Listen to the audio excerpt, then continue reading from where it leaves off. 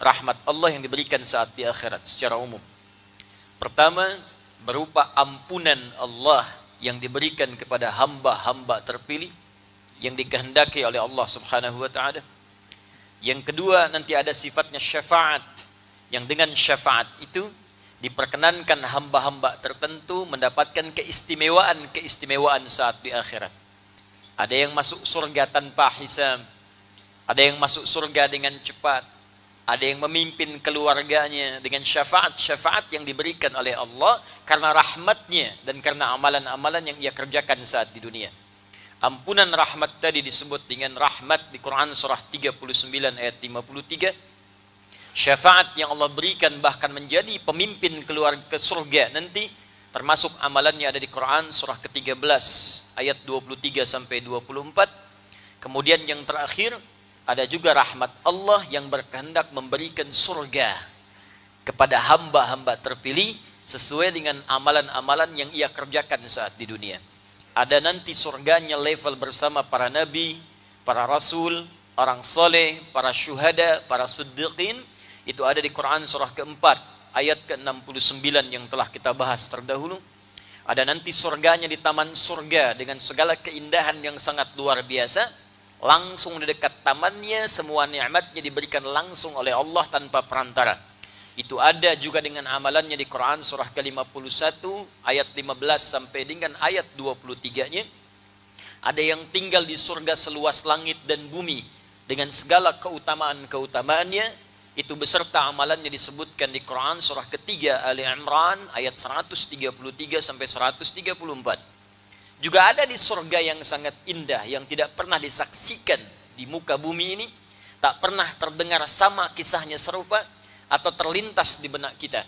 Walaupun kelasnya disebutkan biasa, tapi keutamaannya luar biasa di luar batas nalar dan gambaran kita. Itu seperti di Quran surah kedua Al-Baqarah ayat ke-25. Bagi kita yang ingin mendapatkan rahmat dunia dengan sifat rahmannya, baik rizki, sifatnya materi, keturunankah, kebahagiaankah, kesuksesankah, atau rahmat akhirat dengan tiga pemberian utama tadi, maka kalimat Rahman dan Rahim diikat dengan kalimat Bismillah.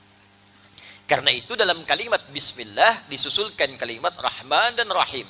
Bismillahirrahmanirrahim. Dan telah kita bahas di awal jumpa kita, ba dalam kalimat Bismillah itu bisa bermakna musahabah, bisa bermakna ilsaq, bisa bermakna ghayah. Musahabah sesuatu yang dekat, ilsaq sesuatu yang lekat, ghayah menunjuk pada satu tujuan. Jadi ba di situ kalau disambungkan dengan kalimat Allah Bismillah, maka seakan-akan memberikan pesan kepada kita, jadikan semua tujuan kita dalam beraktivitas lakukan karena Allah. Dan saat mengerjakan itu, rasakan kita diawasi oleh Allah sangat lekat. Kalau konsep ini kita praktekkan seperti sederhana, tapi dalam maknanya dipraktekkan saja kalimat Bismillah dalam kehidupan, maka rahmat Allah dalam kehidupan dunia akan diturunkan dan Rahim sifat Allah di akhirat akan diberikan saat kita kembali kepadanya.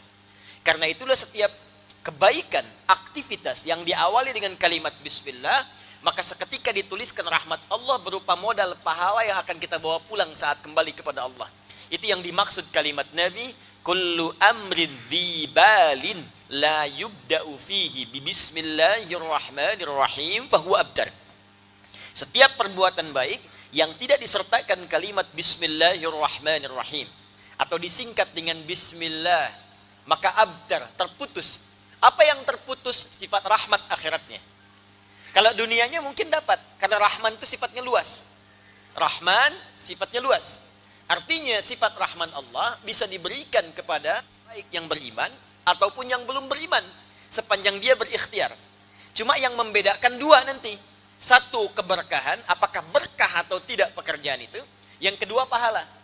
Kalau tidak disertakan dengan Bismillah, keberkahannya tak ada.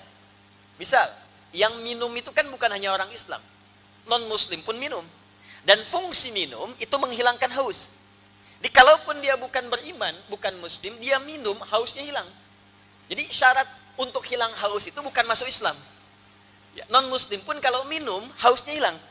Ya, cuma konsep kita memiliki konsep keberkahan namanya. Apakah yang diminum ini berkah atau tidak? Walaupun Anda muslim, Anda minum tak pakai bismillah, hausnya hilang juga. Anda muslim, tidak pakai bismillah, minum, haus hilang. Cuma keberkahan tidak didapatkan.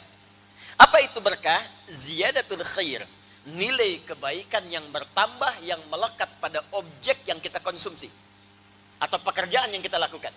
Nah, ini minuman misalnya. Anda akan minum. Anda sebutkan bismillah sebelum minum. Ini objeknya. Fungsinya menghilangkan haus. Setelah haus hilang, apa manfaat air itu di dalam tubuh kita? Berkahnya apa? Nilai kebaikannya apa?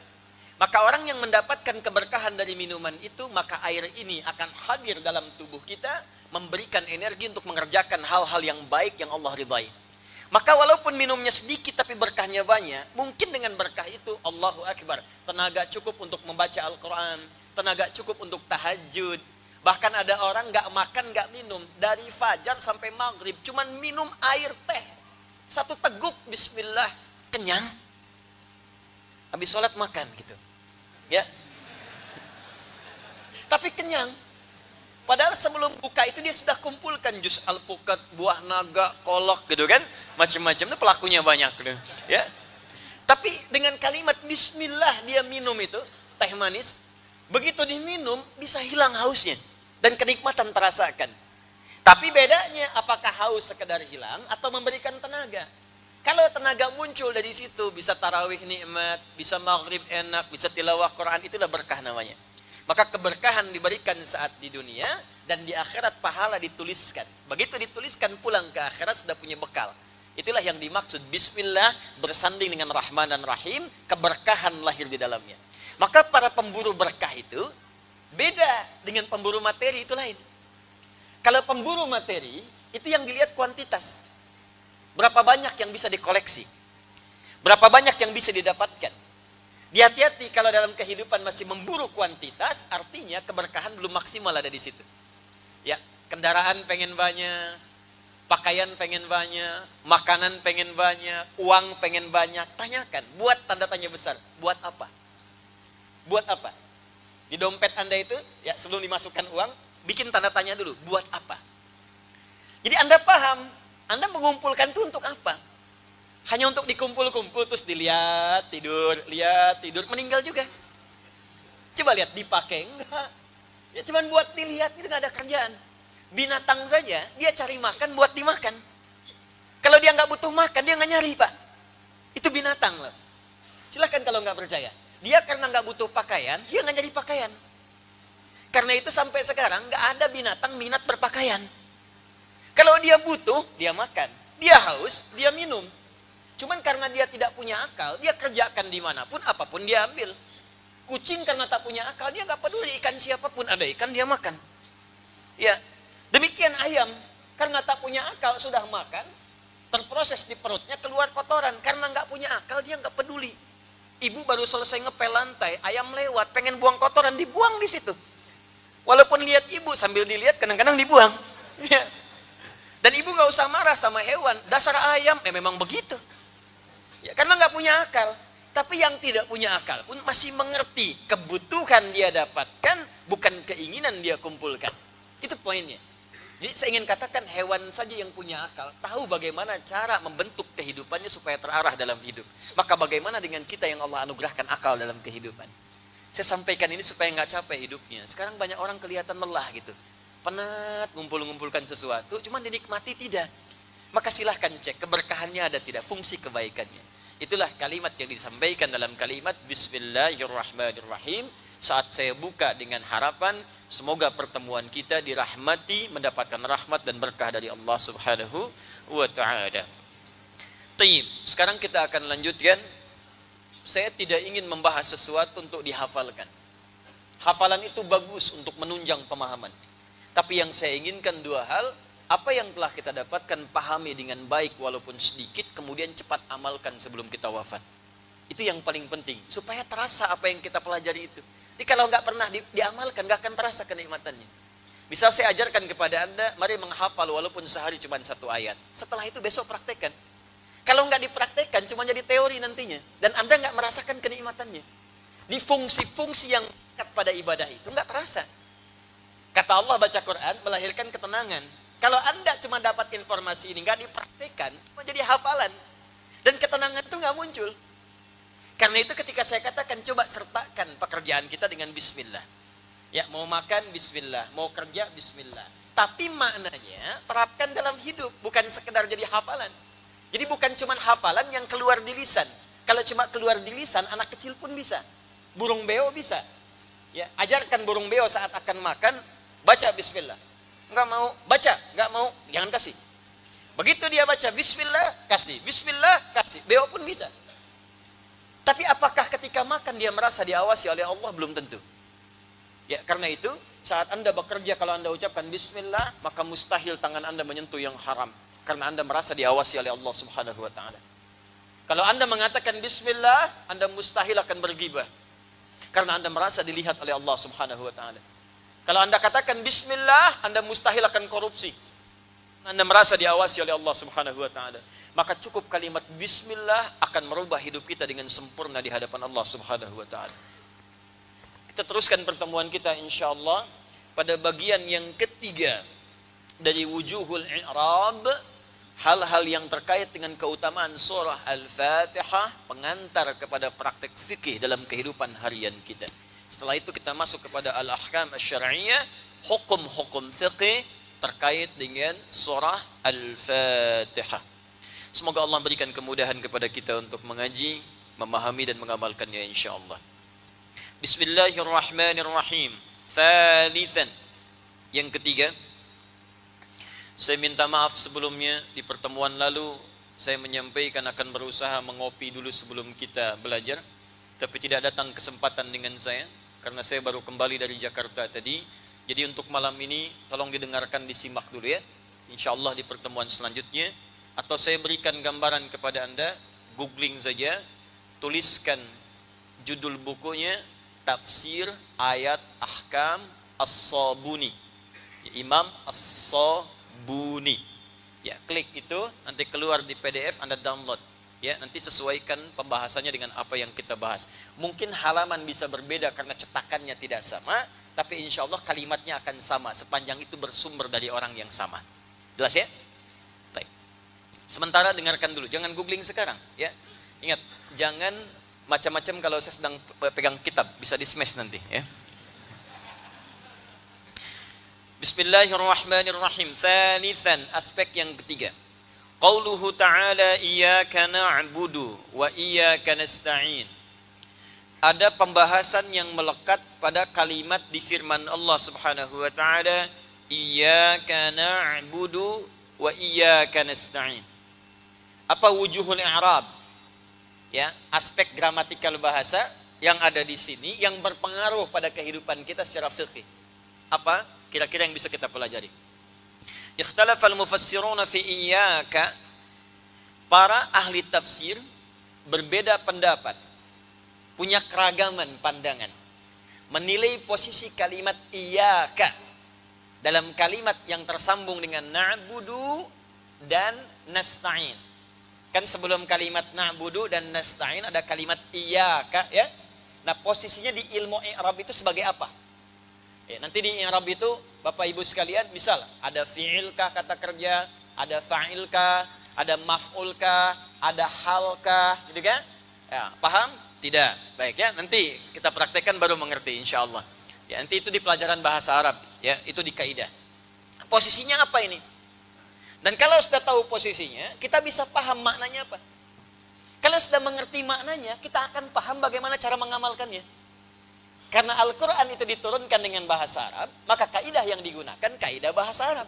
Jadi jangan sampai memahami Al-Quran pakai kaidah bahasa Indonesia, tidak akan nyambung. Ya, tidak akan nyambung. Karena itu pakai kaidah bahasa Arabnya. Di kaidah bahasa Arab ada ilmu namanya ilmu nahwu. Di cabang ilmu nahwu ada namanya i'rab, untuk mengetahui perubahan kata dan penempatannya. Kalau posisi ada di depan, maksudnya ini. Kalau di belakang, maksudnya ini. Kalau harakatnya fathah, maksudnya ini. Kalau dia dhammah, maknanya seperti ini. Kalau sudah paham maknanya, maka ada petunjuk begini cara mengamalkannya. Itu akan terasa kenikmatannya. Rasakan bedanya, bedakan rasanya, dan pasti akan terasa bedanya. Ya, kita lihat. Ikhtalafal mufassiruna fi iyyaka. Para pakar tafsir memiliki keragaman pendapat tentang posisi iyyaka dalam hal i'rab, ya. Sebelum kalimat na'budu juga nasta'in. Masih ingat di ayat yang kelima, iyyaka na'budu wa iyyaka nasta'in. Jadi sebelum kita mengucapkan na'budu, kita ucapkan iyyaka kan? Iyyaka na'budu. Yang kedua, wa iyyaka nasta'in. Nah, ini kalau kita urai asal kalimat ini, itu seperti apa posisinya? Di sini setidaknya ada dua pendapat yang paling utama. Dan nanti saya akan uraikan kedua pendapat ini, sesungguhnya seluruhnya akan mewakili keluasan makna firman Allah Subhanahu wa taala. Jadi kalau saya menilainya bukan pendapat, justru itulah mukjizat lafaz Al-Quran yang memiliki makna yang luas. Ditafsirkan dari sudut manapun akan menjangkau setiap sudut-sudutnya. Sesuai dengan apa yang bisa kita amalkan, sesuai dengan kemampuan yang bisa kita raih. Ya, makanya nanti ketika Al-Quran itu diturunkan, pernah saya sampaikan di awal mula pembahasan, kan cara bacanya bisa beragam kan? Yang gak bisa baca A pakai E imalah. Jadi wadduha bisa dibaca wadduhe. Ya, jadi bukan pendapat, tapi keluasan yang diberikan sesuai kemampuan hamba untuk mengucapkannya. Maka orang yang nggak bisa baca A, bisa baca pakai E. Dan makna tidak berubah. Wadduha dengan wadduhe, maknanya sama. Ya, sama dengan sepeda, dengan sepeda. Sepeda benda itu juga. Sepeda itu juga. Jelas ya? Nah, maka ini bukan keragaman sekedar ragam atau warna yang berbeda. Tapi kemudahan yang Allah berikan sebagai hikmah, sehingga ada kesanggupan saat kita mengamalkan apa yang diperintahkan. Jelas? Baik. Bagaimana pendapat yang dimaksudkan? Fadhahabal muhaqqiquna ila annahu dhamirun munfasilun mansubun bil fi'li ba'dahu wa asluhu na'budu wa na'buduka wa nasta'inuka. Falamma quddima adh-dhamirul muttasilu asbaha dhamiran munfasilan wal kafi lil khitabi wala mawdu'a laha min al i'rabi. Paham? Tidak. Asal dari kata iyyaka, perhatikan, nanti saya sambungkan ke ilmu balaghah. Ya, awas kita padat ilmu dulu ya, supaya nanti teorinya kita pahami dengan argumentasi yang kuat. Jadi dasar ilmunya jelas. Asal kalimat ini kalau di bahasa Arab standar di luar Al-Quran, kalimatnya begini asalnya. Na'buduka. Na'buduka. Ya. Yang ini asalnya nasta'inuka. Begini asalnya. Ka-nya di sini. Ka ini asalnya nyambung dengan kalimat sebelumnya. Ini kata kerja. Na'budu, kami beribadah, sholat, menyembah. Nasta'in, kami minta tolong. Kepada siapa? Kepada Allah. Maka diganti dengan dhamir, kata ganti. Ya, ka, kepadamu ya Allah. Ditarik menjadi kata kedua untuk menghadirkan di hadapan kita seakan-akan kita diawasi. Ini yang disebut dengan ihsan. Makanya saat mengucapkan kalimat ini, rasakan Allah mengawasi kita persis saat sholat. Ini yang jarang orang lakukan. Jadi begitu Anda mengatakan begini, iyyaka na'budu wa iyyaka nasta'in. Itu asal kalimatnya, na'buduka ya Allah, nasta'inuka, ka-nya itu engkau.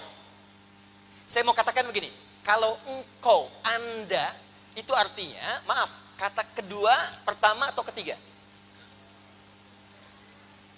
Kedua, pertama saya, dhamir mutakallim. Kedua, Anda, kamu. Ketiga, dia. Perhatikan, saya, kamu, dia. Kata kerja pertama, saya. Kata ganti orang kedua, kamu, engkau. Kata ganti orang ketiga, dia, mereka. Jelas sampai sini? Baik, kalau saya sebutkan, fokus ini. Dia, mereka, orangnya ada di sini nggak? Tidak.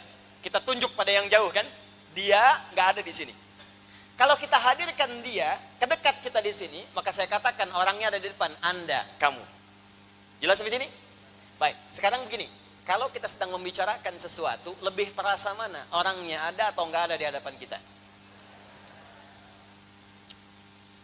Dia itu orangnya baik banget. Dia masih nggak ada. Tapi saat ada di hadapan, gestur bisa berubah. Anda Masya Allah, mudah-mudahan Allah muliakan, Allah berikan Anda kelemahan, oh kebaikan-kebaikan, kemuliaan. Ada di hadapan, jadi banyak. Dan apa yang kita ucapkan pun, karena orangnya ada di hadapan kita merasa terawasi dengan itu. Sehingga tak mungkin mengeluarkan kalimat-kalimat yang menyakiti. Tak mungkin kita keluarkan kalimat-kalimat yang tidak bagus, karena orangnya ada. Jelas? Nah sekarang, ketika diganti menjadi ka, iyyaka na'buduka, nasta'inuka. Kenapa kata gantinya dijadikan ka? Untuk memberikan pesan kepada kita, saksikan dan rasakan saat kita membaca itu dalam sholat, kita itu di hadapan Allah melihat kita. Walaupun kita tak melihatnya. Itu yang dimaksud di hadis Muslim nomor hadis ke-8 dengan sikap ihsan. Anta'budallaha, dari kalimat na'budu. Anta'budallaha ka'annaka tara, fa illam takun tarahu fa innahu yara. Kalau Anda sedang ibadah, rasakan Anda itu sedang diawasi oleh Allah. Anda berhadapan dengan Allah, walaupun tak mampu Anda menatapnya, rasakan ditatap oleh Allah. Jadi kalau Anda sholat merasa di hadapan Allah dan merasakan sedang diawasi, demi Allah saya katakan, kualitas sholat kita akan beda dengan kualitas biasa-biasa. Sekarang kenapa banyak orang tidak khusyuk dalam sholat? Karena merasa Allahnya jauh. Karena nggak merasa dilihat Allah. Merasanya dikejar-kejar proyek. Merasanya itu seakan imamnya bacaannya panjang, kapan selesai. Merasa aman atau enggak mobil saat diparkir, motor saat disimpan, lewat makanan belum sempat beli, rasa lapar yang tertahan. Itu yang terasakan, sehingga kehadiran ayat yang tadi dimaksudkan enggak nampak di hadapan kita. Nah ini asal kalimat dari kata iyyaka ini na'buduka. Ka-nya ini berbentuk objek yang diibadahi. Nah ini kalimat ini, kalau kafnya dipindah, yang tadinya menyatu disebut muttasil. Pernah dengar mad wajib muttasil? Pernah dengar? Muttasil artinya menyatu. Ini menyatu. Kalau kita pindahkan ke depan, ka-nya dikedepankan. Maka kalau ka dikedepankan, dalam kaidah bahasa Arab mesti masuk iya sebelum ka. Karena dia akan berubah dari muttasil menjadi munfasil. Apa itu munfasil? Terpisah dari kalimat sebelumnya, nggak bisa disambung lagi. Fokus. Ini muttasil, bisa disambungkan. Na'buduka, karena dal nggak bisa nyambung, maka terputus di sini. Tapi ini tetap nyambung. Nasta'inuka, karena nun bisa masuk ke kaf, maka ini nyambung begini. Disebut muttasil, bisa nyambung. Kalau kita ingin pindahkan kafnya ke depan sebelum nasta'in, ke depan sebelum na'budu, maka kaf ini tidak akan bisa nyambung ke depannya secara kaidah. Karena tak bisa nyambung disebut munfasil namanya. Untuk membedakan dengan muttasil maka tambah iya di depannya. Maka iya di kaidah bahasa Arab disebut domir munfasil namanya. Nih, memindahkan kaf ini ke depan kalimat, karena pindah ke depan ditambahkan iya di depannya. Paham sampai sini? Nah, yang penting kita pahami, kenapa mesti pindah ke depan? Kan di belakang juga bisa. Maka untuk membaca ini, ilmunya muncul ilmu yang ketiga, disebut ilmu balaghah. Ada nahu, ada sharaf, ada balaghah. Dibaca pakai bahasa Arab, bukan bahasa Sunda. Bahasa Sunda namanya balaga. Balaghah. Ini ya. Di ilmu balaghah ada 3 cabang ilmu. Pertama ma'ani, kedua bayan, ketiga badi'. Ma'ani untuk memilih diksi yang sesuai saat diungkapkan. Apa kata-kata yang tepat saat akan kita berucap, tergantung objek di hadapan kita siapa. Kepada anak kecil bagaimana kalimatnya. Kepada remaja seperti apa kata-katanya. Kepada orang dewasa seperti apa untaian katanya. Itu ma'ani namanya, diksinya. Kalau katanya sudah ada, bagaimana merangkainya supaya jelas diterima? Itu bayan namanya. Bayan. Contoh, saya ingin katakan kepada Bapak saat kita akan memulai sholat, Pak, tolong luruskan safnya. Pilih kalimat. Supaya dengan kalimat itu, benar siapa yang akan kita tuju. Anak kecil, luruskan. Ya, remaja, Mas, tolong luruskan. Orang tua, Pak, mohon maaf, bisa diluruskan? Kan nggak mungkin kita gunakan ke bapak-bapak, Dek, tolong luruskan. Anak kecil, maaf, Mas, tolong luruskan, nggak mungkin kan? Nah, ketika memilih disebut dengan ma'ani, ketika menyampaikan supaya jelas disebut dengan bayan. Ada yang ketiga namanya badi'ah. Badi itu ilmu bagaimana menghias kata supaya saat disampaikan orang enak menerimanya. Jadi jangan sampai jelas tapi nggak ngenakin. Pak, tolong lurusin ya. Apa nggak paham juga Bapak? Kan nggak enak. Ya, nah ini disebut badi ya namanya. Ya, Anda mau melamar seseorang dengan kalimat di Arab sering menggunakan badi'ah. Ilahi lastu lil firdausi ahla wala aqwa 'ala an-naril jahimi. Fahabli taubatan waghfir dhunubi fa innaka ghafirudz dzambil 'azimi. Duhai bapak mertua, memang saya ini tak seperti kelihatan ahli surga Firdaus seperti ada yang dikehendaki di rumah bapak. Tapi saya pun tak kuat berpisah dengan anak bapak seperti berada di neraka jahanam. Saya tahu saya banyak punya kekurangan, tapi saya pun paham bapak bisa memaafkan kekurangan saya. Catat tuh. Ya. Nah, itu badi ya namanya. Ya. Mama cantik deh kayak rembulan. Itu masih bayan. Mah, bulan pun kalah oleh aura pesona mama. Nah, itu baru disebut dengan badi. Jelas ya? Bapak malam ini mau kemana? Ke hatimu, badi. Jelas? Nah ini, praktek ini, kalau Anda temukan di Al-Quran itu banyak. Ini menggunakan balaghah. Ketika kaf pindah ke depan dan berubah menjadi iyaka, di ilmu balaghah disebut dengan taqdim wa ta'khir. Taqdim wa ta'khir. Taqdim mengawalkan sesuatu. Ta'khir mengakhirkan sesuatu. Kalau ada kata ganti kemudian mutasil diawalkan menjadi munfasil, di ilmu takdim di balaghah disebut dengan ikhtisas namanya. Ikhtisas.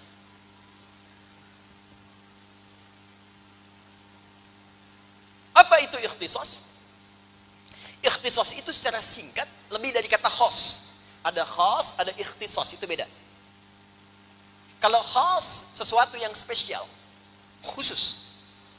Tapi kalau ikhtisas berusaha menjadikan sesuatu ini khusus, spesial, yang ini saja, bukan yang lain. Saya ulang, khas, spesial, khusus. Kiai khas, kiai spesial, khusus, gak sama dengan yang lain. Tapi kalau ikhtisas berusaha menjadikan yang ini spesial, khusus, beda dengan yang lain. Jadi kalau Anda ingin mengkhususkan sesuatu dan fokus pada yang ini saja dan menepikan yang lainnya, maka dalam ilmu balaghah disebut dengan kaidah ikhtisas. Di antara caranya, robahlah domir muttasil menjadi munfasil, ka menjadi iyaka. Jadi ketika ka dijadikan iyaka dan Allah menyampaikan kalimatnya bukan ka tapi iyaka, iyaka na'budu wa iyaka nasta'in. Maksudnya berlaku hukum ikhtisas. Jadikanlah ibadahmu itu, kerjakan spesial hanya untuk Allah saja. Khusus. Tepikan yang lain. Jadi kalau sedang sholat, yang lain tepikan. Udah hilangkan aja, nggak usah masuk ke benak kita. Motor, hilangkan udah. Ya, mohon maaf, sendal, hilangkan. Mobil, hilangkan. Tolong catat kalimat saya, jangan dipotong ya. Maksudnya bukan hilangkan, hilang. Ya. Ya. Dalam benak kita hapuskan, jangan munculkan. Ya, jangan munculkan. Ya, motor apa kan? Kunci apa kan? Mobil, istri. Nah. Maksudnya jangan muncul di benak kita. Udah, habiskan, habiskan, habiskan. Iyaka ikhtisas. Jadikan semua apa yang akan kita ucapkan, kita fikirkan dan kita lakukan semua lillah saja. Hanya Allah yang spesial dalam salat kita, yang lain tidak. Demikian saat nasta'in. Nasta'in itu dipakai bukan cuma dalam sholat, di luar sholat pun kita pakai kaidah itu ikhtisas. Jadi kalau sedang bermohon, hilangkan yang lain. Makanya kalau mau minta, minta sama Allah. Jangan datang ke batu, minta. Datang ke keris, minta. Ya, datang ke laut, minta. Jadi kalau mau minta, kaidahnya dipakai ikhtisas. Ini kan aneh, Anda sholat tiap hari. Baca ini 17 kali, tapi kok nggak dipakai-pakai? Anda katakan wa iyyaka nasta'in, tapi datang ke batu minta. Datang ke pohon minta. Datang ke keris minta. Ya nasta'innya mana? Makanya banyak orang yang mengerjakan seperti itu, berkahnya nggak ada, hilang. Karena yang terlibat di situ bukan rahmat Allah Subhanahu wa taala. Itu maksudnya. Jadi berlaku kaidah ini bukan sekedar diucapkan di lisan, tapi disebutkan pendapat yang pertama, dia disebut dengan domir munfasil dengan kaidah ikhtisas. Maksudnya saat Anda mengucapkan kalimat itu, jadikan dan usahakan alif dan ta-nya berfungsi sebagai menunjuk usaha dengan sungguh-sungguh. Jadi ada ikhtiar di sini. Nih, dari kata khas dimasukkan alif dan ta menjadi ikhtisas. Fungsi alif plus ta. Ini di ilmu sharaf. Di ilmu sharaf. Jadi begini misalnya ya. Ada fataha, kan? Kalau pakai i dengan ta jadi iftitah, iftataha. Kalau pakai alif sin dengan ta jadi istaftaha. Kalau pakai alif saja di fataha. Kalau pakai ta saja bisa jadi tafataha. Itu maknanya bisa beda. Nah, kalau Anda menemukan alif dengan ta di antara maknanya dari sekian beragam makna, artinya menunjuk pada usaha yang sungguh-sungguh atau jadi berusahalah kalau sedang sholat, semua serahkan karena Allah. Yang spesial cuman Allah, yang khas hanya Allah, yang lain tidak. Jelas. Dan kalau sedang meminta, tepikan yang lain. Mohonlah kepada Allah dengan keikhlasan dan kesungguhan. Dan rahasia di ayat ini, kalau Anda meminta dengan benar, menjadikan Allah sebagai satu tujuan saja. Satu tujuan, satu harapan disebut dengan as-somad namanya. Makanya kita ucapkan kul huwallahu Allahus. Ya, as-somad itu artinya satu harapan yang menepikan yang lainnya. Cuman ini aja ketergantungan kita. Sesuatu yang bergantung kepadanya dan tidak pada yang lainnya, satu itu saja. As-somad namanya. Karena itu, ketika kita memohon, hanya kepada siapa? Allah. Ketika kita ibadah, hanya kepada siapa? Nah, sekarang bagian terakhir, saya belum masuk pada yang keduanya. Ketika kalimat ini dipersatukan dengan waw, masih ingat? Iyyaka na'budu wa di sebelum nasta'in ada na'budu. Antara na'budu dengan nasta'in diselingi huruf waw. Wawunya disebut dengan waw ataf, fungsinya ma'iyah. Ataf menyandingkan sesuatu. Ma'iyah menjadikan keduanya bersama, bergandeng bersamaan. Artinya apa? Kalau ada hukum disatukan dengan huruf waw, artinya secara singkat keduanya akan saling terkait dan berkelindan, terikat satu dengan yang lainnya. Jadi semakin tinggi na'budunya, semakin cepat dijawab ketika Anda nasta'in kepada Allah. Semakin mengkhususkan semua ibadah kepada Allah, maka semakin cepat jawaban diberikan ketika Anda meminta kepada Allah. Tapi sebaliknya, kalau Anda campur adukan ibadahnya, katanya mengatakan iyyaka na'budu, tapi juga mengatakan yang lain benar, datang ke tempat yang lain, ikut-ikutan juga, bikin paham yang menjauhkan dari Allah, maka mustahil nasta'in akan diberikan keberkahan ketika itu dijawab oleh Allah Subhanahu wa ta'ala. Makanya tolong dicek kalau ada doa yang belum cepat terjawab, barangkali masalahnya di na'budunya belum maksimal. Coba tahajudnya dilihat, baca Qur'annya dilihat, puasanya dilihat. Nah, kalau sudah rajin, tahajud sudah, puasa sudah, menghafal Quran juga iya, tapi kenapa masalah nggak pernah tuntas? Mungkin iyakanya yang bermasalah, keikhlasannya, lillahnya yang kurang. Anda mungkin ibadah itu untuk ngejar dunia, ya tahajudnya supaya besok kuliah lulus IPK 4, ya, pekerjaannya lancar, ya kan? Semuanya bisa baik. Mungkin ada kaitan-kaitan itu. Itu yang coba kita jernihkan dulu. Tidak salah memang, tapi tidak akan maksimal. Karena motivasi untuk ibadah ada juga nanti jawaban yang menyertainya, termasuk harapan-harapan untuk mewujudkan sesuatu. Tapi ingat, kalau Anda tujukan semua karena Allah, maka Allah pemilik semua jawaban dari harapan kita. Jadi kalau tujuan Anda hanya untuk lulus ujian, maka Allah kabulkan saat Anda berdoa tahajud, ya lulus ujian. Tapi kalau semua tahajud Anda kerjakan karena Allah, bukan cuma ujian yang Allah akan luluskan, tapi semua kebutuhan dunia Anda sampai kembali kepada Allah, Allah akan mudahkan. Jelas? Pendapat kedua, ini kita baru ngaji iyaka, baru satu, ya. Wa dhahaba akharuna ila annahu dhamirun mudhafun ila ma ba'dahu wa la yu'lamu dhamirun udhifa ila ghairi. Pendapat kedua mengatakan ini iyaka itu kata ganti. Asalnya bukan ka yang dimajukan. Memang sudah iyaka. Kalau yang tadi mengatakan iyaka asalnya dari ka. Na'buduka, nasta'inuka, cuma dikedepankan ka-nya jadi iyaka. Jelas? Yang kedua mengatakan ini asalnya bukan dari ka yang dimajukan. Memang sudah iyaka. Cuma iyaka yang ini, iyaka yang disandarkan pada kalimat setelahnya. Dalam kaidah ilmu nahwu, menyandarkan sesuatu disebut dengan mudhaf namanya. Mudhaf. Yang jadi sandaran disebut mudhaf ilaih. Anda punya teman namanya Ahmad, datang ke kajian nyandar di tembok. Mudhaf ya. Itu mudhaf. Mudhaf menyandarkan sesuatu pada yang lainnya. Kalau ada kalimat disandarkan pada kalimat lain, maka yang disandarkan itu disebut dengan apa namanya? Mudhafun. Pendapat yang kedua mengatakan iyaka di ayat ini bukan dari ka yang dimajukan, tapi dia asli kalimat iyaka yang disandarkan pada kalimat setelahnya. Gini, lihat sini. Spidol umum. Spidol adi. Spidol disandarkan pada kalimat adi. Saya tanya, berubah makna tidak? Ini spidol, ini adi. Dua hal yang terpisah.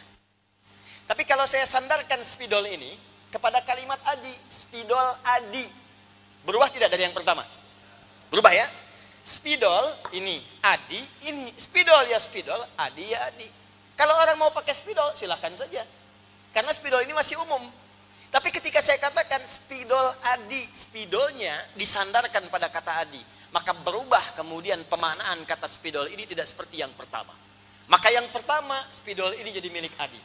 Jelas? Yang kedua, saya yang berhak mengatur spidol ini mau digimanakan. Apa fungsi spidol? Menurut Anda, karena ini punya saya, terserah saya.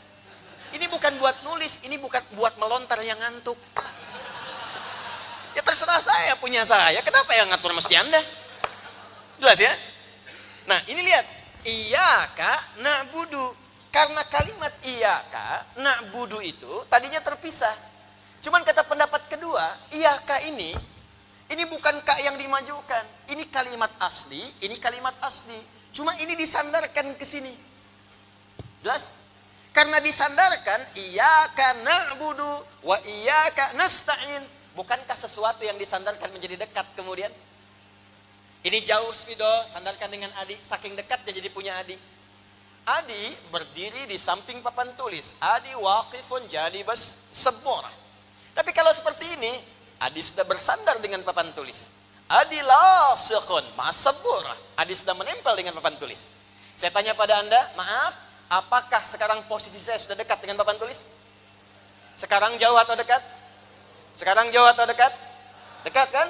Ketika kalimat iyaka disambungkan dengan na'budu, seakan memberikan pesan kepada kita.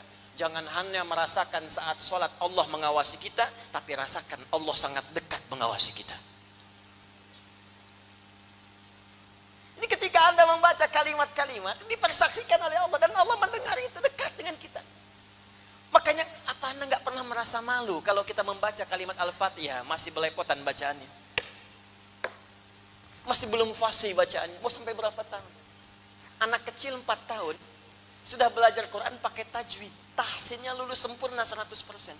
Anda diberikan 40 tahun, sampai malam ini Al-Fatihah masih belum fasih diucapkan. Anda butuh berapa tahun lagi? Apa nggak malu Anda pulang menghadap Allah? Dan 17 kali setiap hari diucapkan. Makanya luangkan waktu sebelum pulang, sebelum film kita diputar saat kembali kepada Allah. Sedang sholat nih. Coba lihat anak-anak kecil, kadang mesti belajar dari kehidupan kita.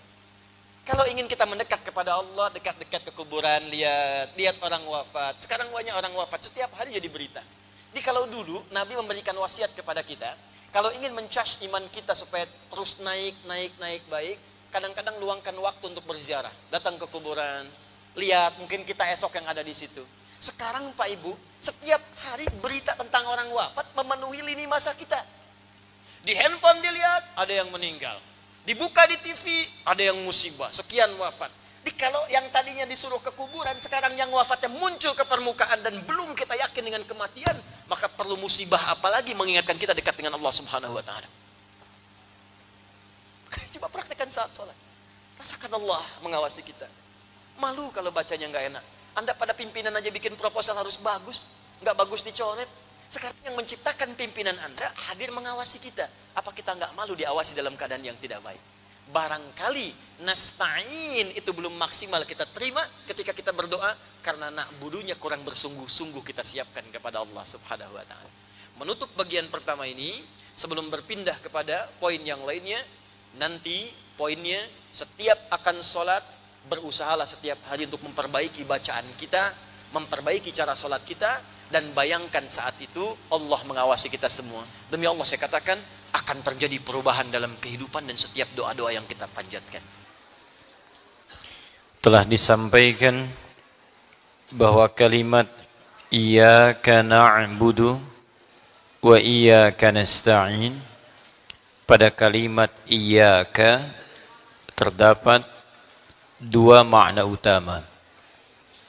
Yang pertama menyebutkan bahwa iyyaka kedudukannya adalah dhamir munfasil, kata ganti yang terpisah dengan kata kerja setelahnya.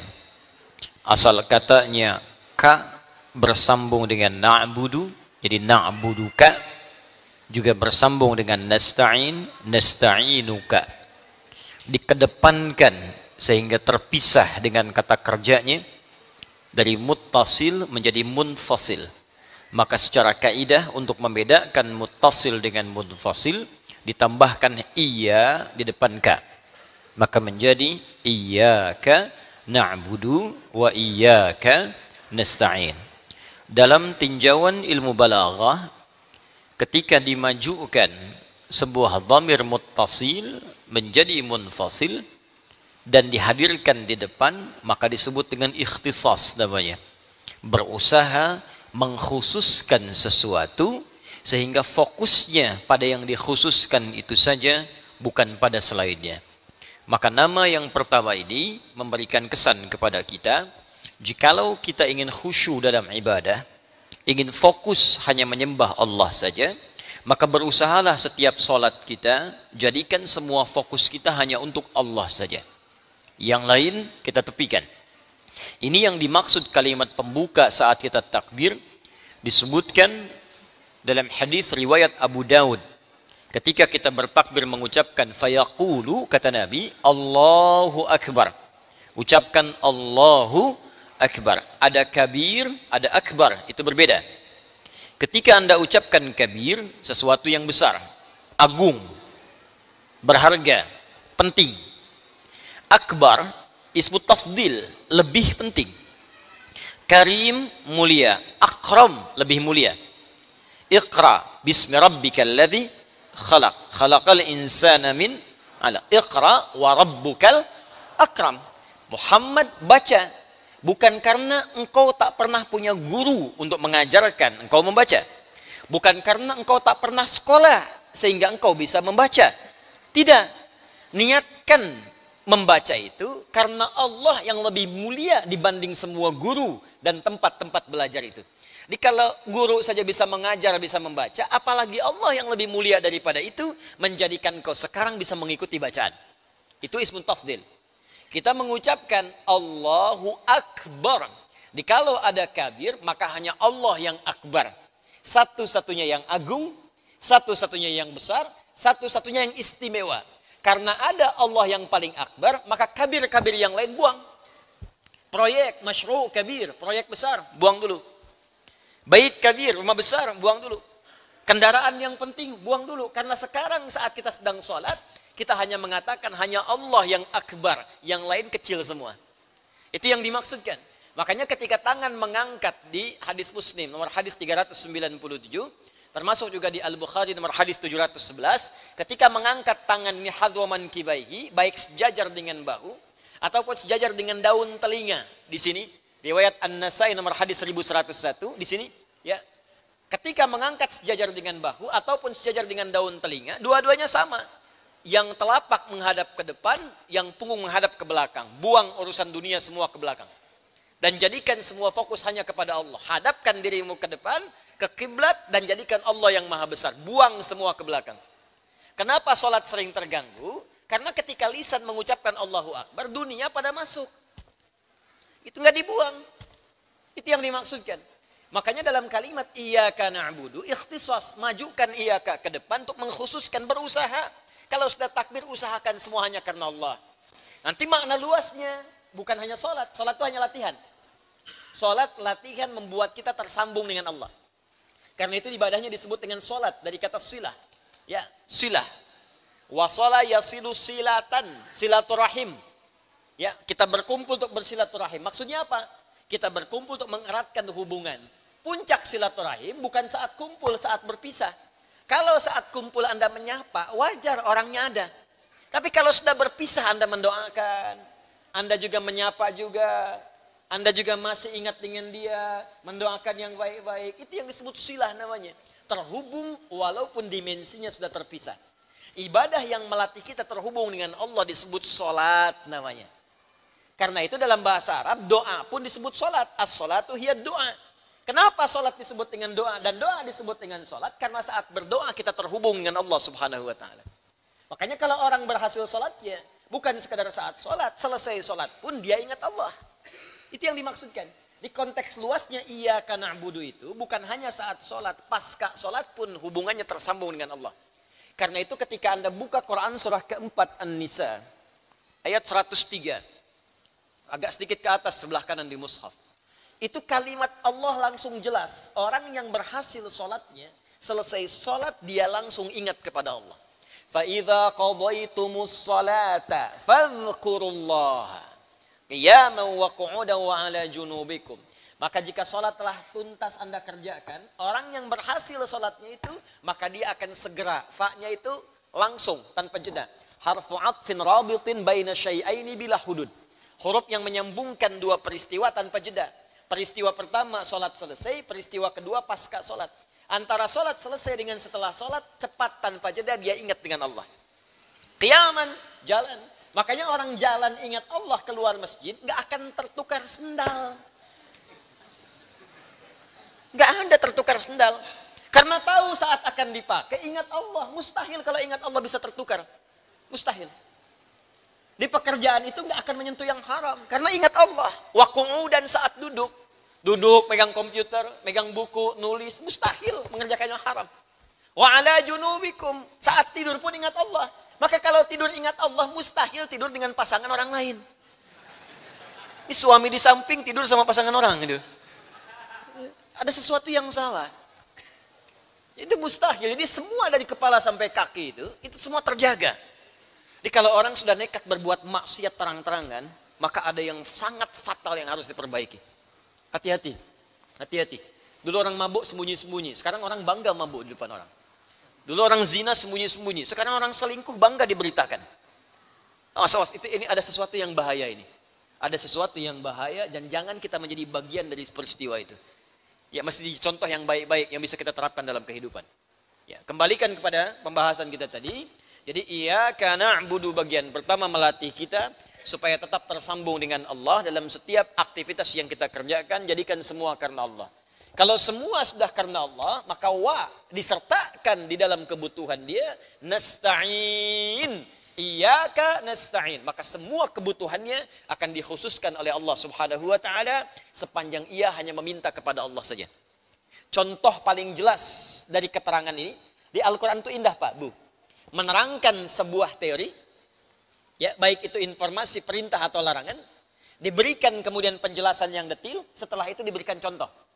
Supaya kita bisa memahami dengan jelas. Kalau bahasa tegasnya begini, kalau sudah dicontohkan terjadi belum yakin juga seperti apa lagi mesti diberikan penjelasan. Contohnya Maryam. Dan Allah memilih bukan Nabi, bukan Rasul. Supaya kita tidak kemudian mengatakan kepada Allah, dia kan Nabi ya Allah, dia kan Rasul. Allah berikan contoh yang bukan Nabi dan Rasul untuk memberikan pendidikan terbaik untuk kita. Maryam, bukan Nabi, bukan Rasul, seorang perempuan yang sangat salihah, hasil pendidikan kedua orang tuanya. Jadi kalau Anda menginginkan anak yang salih, maka jadilah orang tua yang salih. Ingin anak yang salihah, maka jadilah ibu yang salihah, istri yang salihah. Maka otomatis kesolehan orang tua akan langsung menurun kepada anaknya. Jika itu disiapkan untuk diteruskan. Tapi kalau didiamkan, gak akan nyambung. Didiamkan tuh bapaknya soleh sendiri, ibunya soleh sendiri, gak pernah diturunkan kepada anak. Imran bukan Nabi, Hannah pun bukan Nabi, keduanya bukan Rasul. dipilih oleh Allah untuk memberi contoh kepada kita sampai disebutkan dalam surahnya langsung dengan namanya surah Ali Imran. Al keturunan ke bawah tanpa jeda. Itu al. Ahlun anggotanya. Ailah persatuannya. Ada ailah, ada ahlun, ada usrah, ya, ada alun, itu beda. Usratun, kenapa disebut usrah? Karena mengandung sirrun di keluarga. Sir, kalau sudah berkeluarga, ada banyak rahasia di dalam yang tidak boleh sembarangan dibuka keluar. Nanti itu pembahasan lanjutan di fikih munakahat. Alun, kenapa disebut alun? Karena semua keluarga ini ke bawah, itu soleh semua Pak, Bu. Ali Imran, Imran dengan Hanna menikah, melahirkan Maryam. Maryam solih solihah. Maryam melahirkan Isa, Isa Nabi dan Rasul. Semua keturunan baik itu. Nah, Imran dengan Hanna mendidik anaknya Maryam supaya memaksimalkan na'budu ini dengan konsep iyaka. Bahkan saking ingin mengkhususkan anaknya dekat dengan Allah, dibikinkan mihrab. Supaya anak itu bisa ibadah di dalamnya. Bapak Ibu bisa contohkan nanti di rumah untuk anak-anak nih, ya, disiapkan. Ini untuk sholat dia, baca Quran dia, bedakan dengan tempat biasa. Mulai bisa dilatih itu, ya. Kalau anak masih mulai bermain, gak apa-apa. Namanya bermain, mungkin dia di tempat bermain baca, ini kan? Maaf, bisa jadi di ruang tamu, di kamar, itu gak ada masalah. Tapi kalau nalarnya sudah mulai matang, tempatkan di tempat khusus. Karena kalau anak sudah mulai matang, pikirannya mulai bercabang. Sudah bertanya, sudah mengkaji. Maka dekatkan dengan tempat yang khusus supaya fokusnya bisa terhubung dengan Allah secara sempurna. Maka dibuatkan mihrab oleh bapak ibunya untuk fokus beribadah kepada Allah. Ini teori iyaka tadi. Khusus berusaha. Apa yang terjadi? Di situ didekatkan dengan Allah, diberikan mihrab, dibimbing pamannya Zakaria supaya tidak salah. Awas ya, hati-hati, hati-hati. Jangan sampai ada yang ibadah nggak punya pembimbing. Nanti besok-besok sholat maghrib 4 rakaat nih. Ya. Baik, lihat sini. Apa yang terjadi? Sekarang lihat baik-baik. Ketika na'budu maksimal, maka nasta'in tanpa diminta pun dia datang. Ketika na'budu maksimal, maka nasta'in tanpa diminta pun datang. Quran surah ketiga ayat 37. Paling kiri sebelah bawah.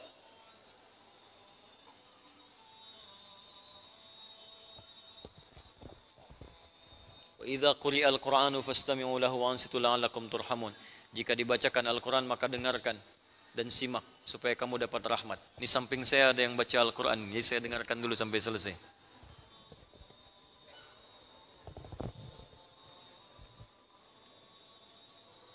Oh, bukan, itu azan. Azan.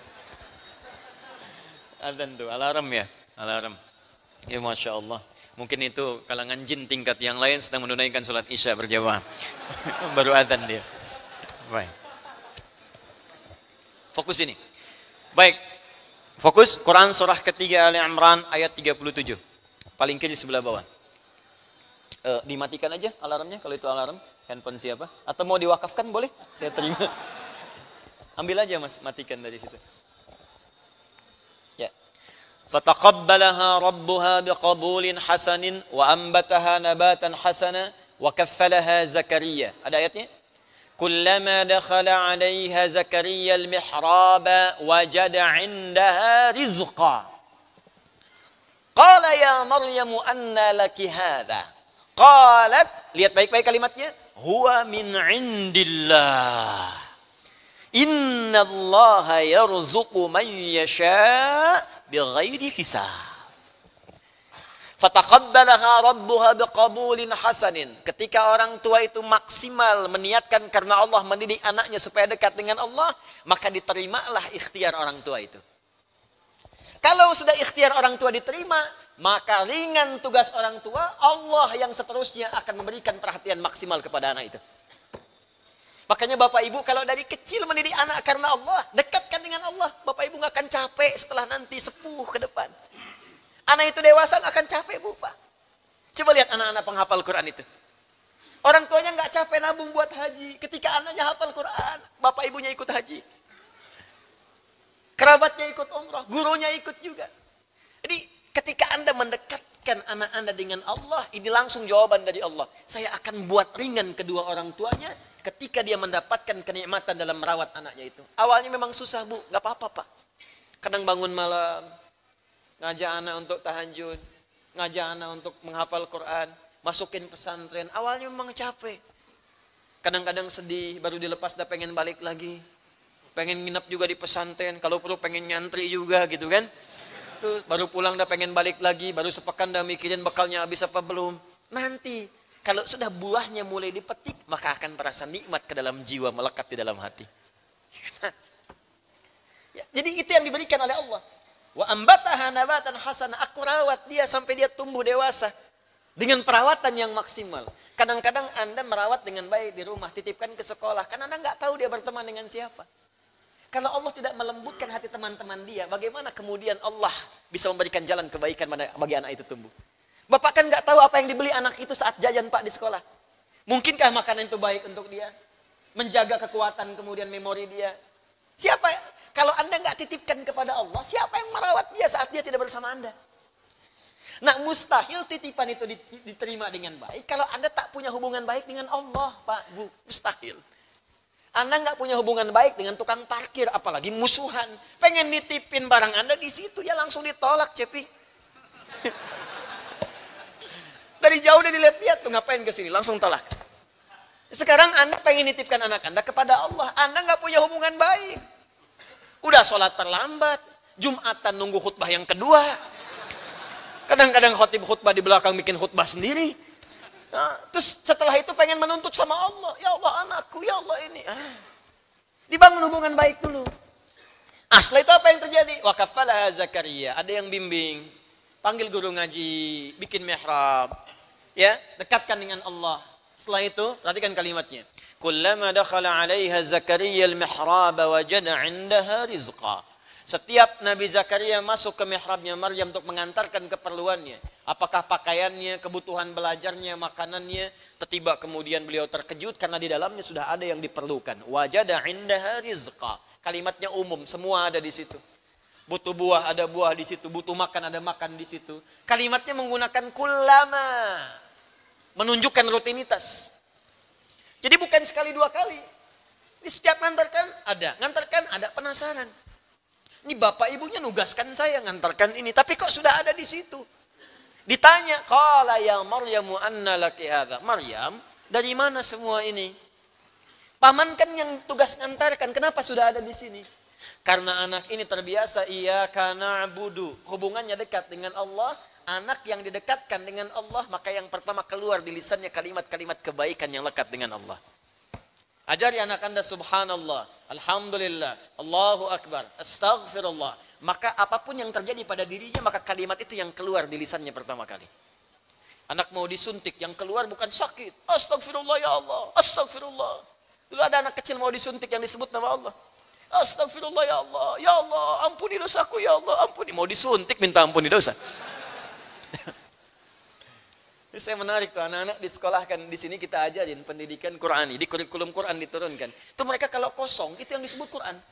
Kosong tuh keluar Quran aja. Lagi main, perosotan apa, karena kosong tuh yang keluar itu. Quran, hadis, otomatis masuk. Nah sama seperti tadi, Maryam otomatis langsung bilang, huwa min indillah, paman semua dari Allah. Jadi kalau kita kuat na'budunya, bahkan belum angkat tangan pun Allah tahu apa yang akan dimintakan, sudah diberikan sebelum dimohonkan. Dan dicontohkan Maryam bukan nabi, bukan rasul, untuk memberikan pesan kepada kita bahwa semua kaidah ini berlaku bagi setiap hamba Allah yang memaksimalkan ibadahnya kepada Allah Subhanahu wa taala.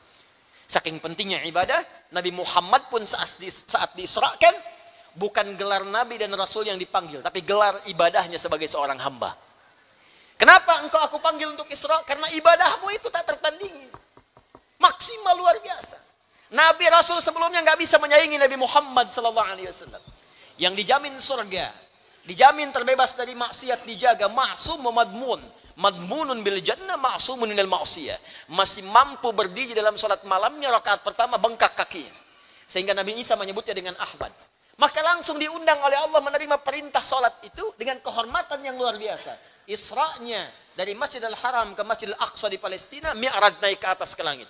Dengan kalimat apa panggilannya? Dengan kalimat abdun, puncak penghambaan dan ibadahnya.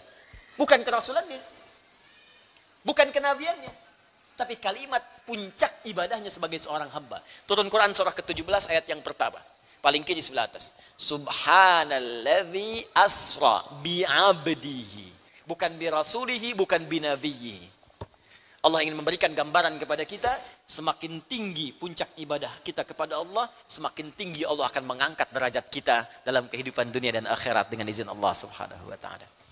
Karena itu dalam pendapat yang kedua disebutkan kalau kita ingin maksimal menjadikan itu, maka mudhafkan, idofatkan, dekatkan, tempelkan.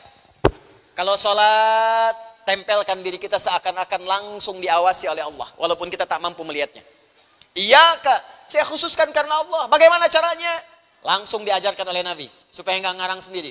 Hadis Muslim nomor hadis ke-8, bab ihsan. Ya, iman, Islam, ihsan. Anta'budallaha ka'annaka tarahu. Ta'bud, kita mengatakan na'budu, kata Nabi ta'bud. Kalau kamu sedang na'budu, kamu sedang sholat, kamu sedang ibadah, ka'annaka tarah. Fa illam takun tarahu fa innahu yarak. Rasakan Allah mengawasimu, ada di depanmu, dekat denganmu. Kalau tak mampu engkau melihatnya, maka rasakan Allah langsung yang mengawasimu seketika. Itu yang disebut dengan ihsan. Kalau ada orang bersikap seperti itu yang disebut dengan iyaka yang paling maksimal. Ya, itu mudhaf ilaih. Yang berpendapat demikian qala Abu Sa'ud, berkata seorang mufassir, ya, Abu Sa'ud, al-Imam Abu Sa'ud, wa madda'ahu al-Khalil min al-idhafah muhtajjan alaihi bima haqahu an ba'd al-Arab.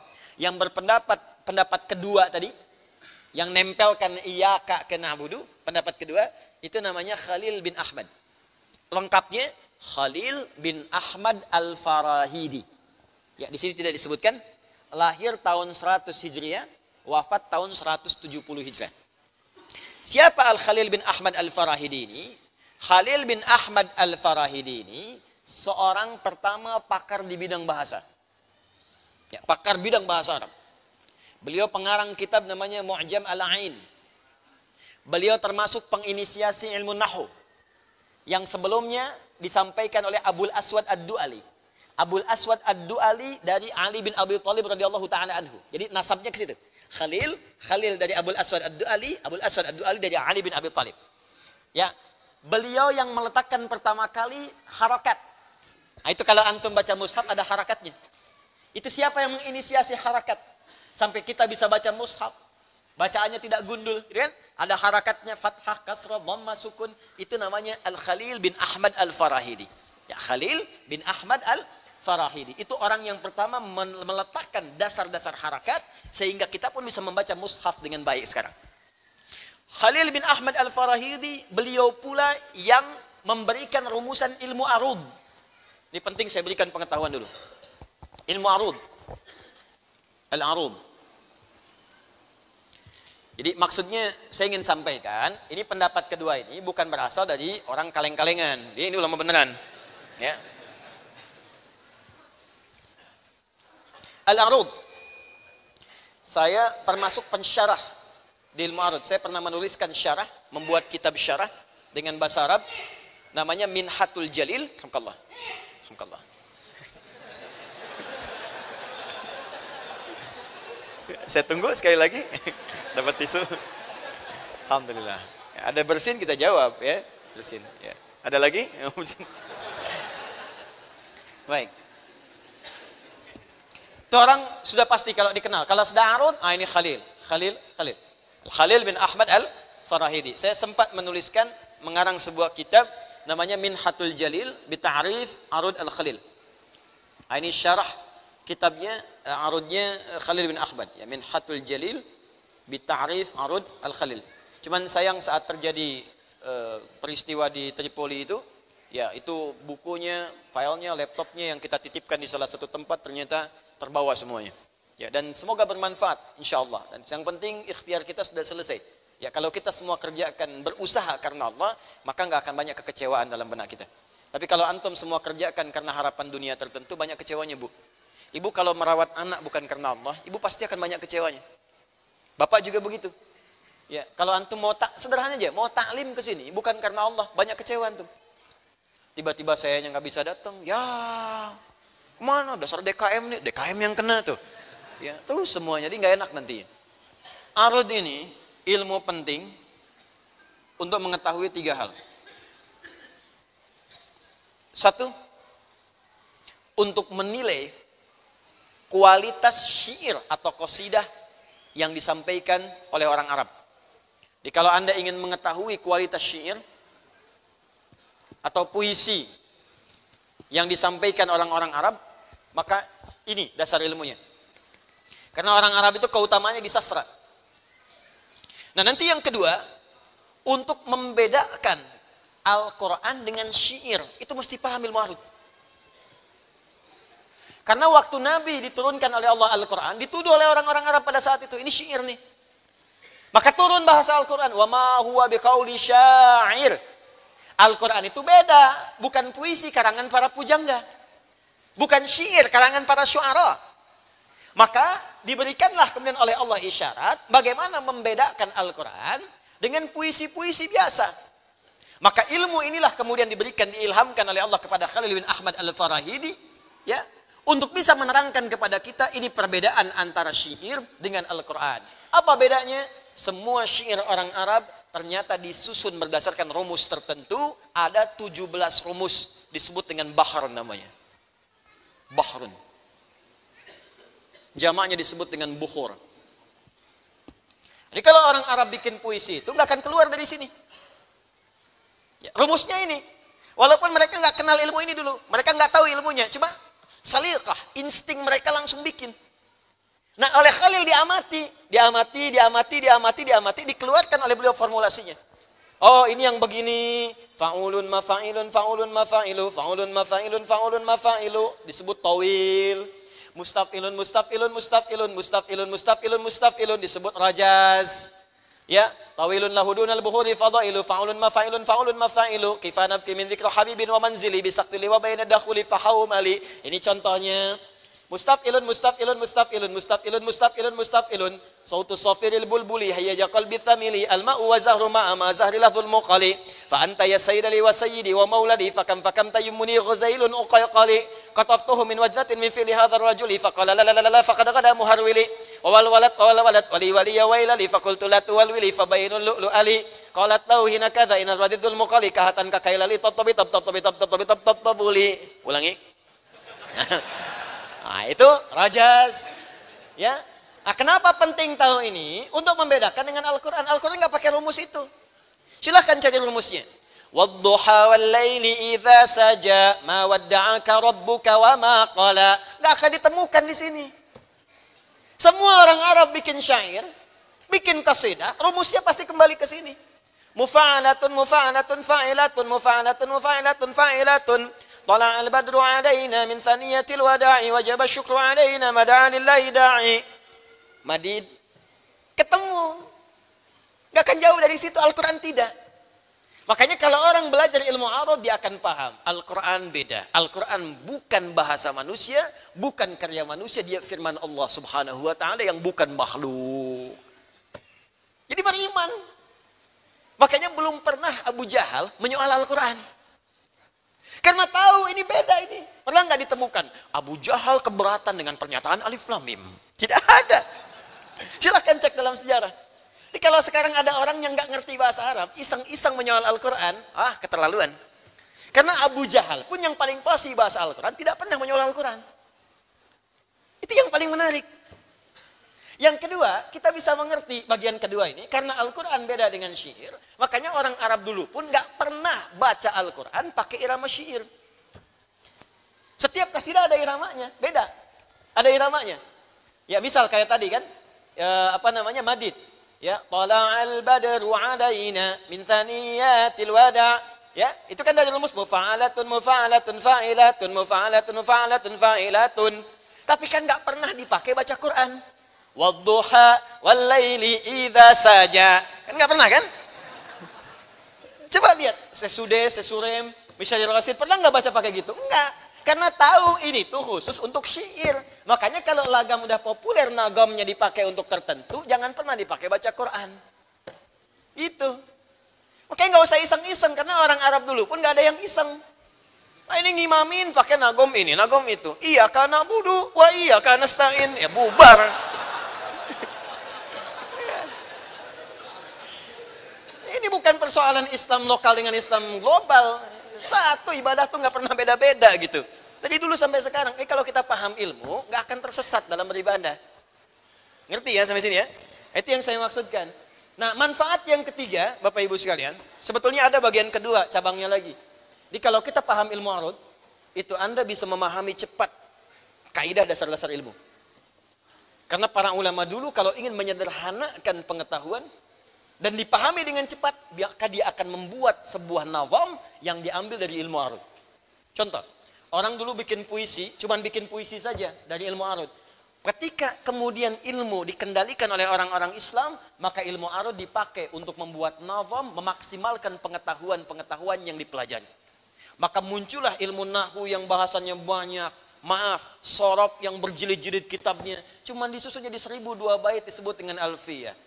Kalamuna lafdhun mufidun kastaqim wasmun wa fi'lun thumma harfunil kalim wahiduhu kalimatun wal qawlu am wa kilmatun biha kalamun qad yu'am bil jarni wat tanwini wan nida wa al wa mustadin lil ismi tamyizun hasal bitafa'alti atat wa ya if'ali wa nunik balanna fi'lun yanjalli. Contoh.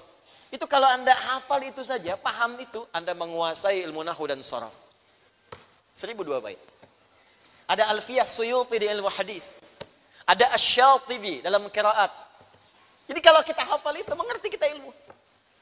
Makanya orang-orang Arab dulu itu, ya, Nabi pun mewasiatkan, Umar bin Khattab yang paling perhatian. Kalau Anda ingin tahu tentang makna orang-orang Arab, lihat pada puisi mereka. Kalau Anda ingin tahu kejadian tahun jahiliyah sebelum lahirnya Nabi, tahun sekian ada terjadi apa? Cek puisinya orang Arab. 150 tahun sebelum lahir Nabi, Imre el-Qais pernah melihat seorang pemuda patah hati di tepian sebuah lembah. Ya, itu kisahnya ada dan itu bisa jadi sejarah, tulis, dikeluarkan jadi ilmu. Yang ketiga, ilmu arud itu bisa digunakan untuk mensyukuri nikmat Allah dalam pemberian pahala pada setiap amal. Contoh, nih. Ini jarang dikaji nih, ya.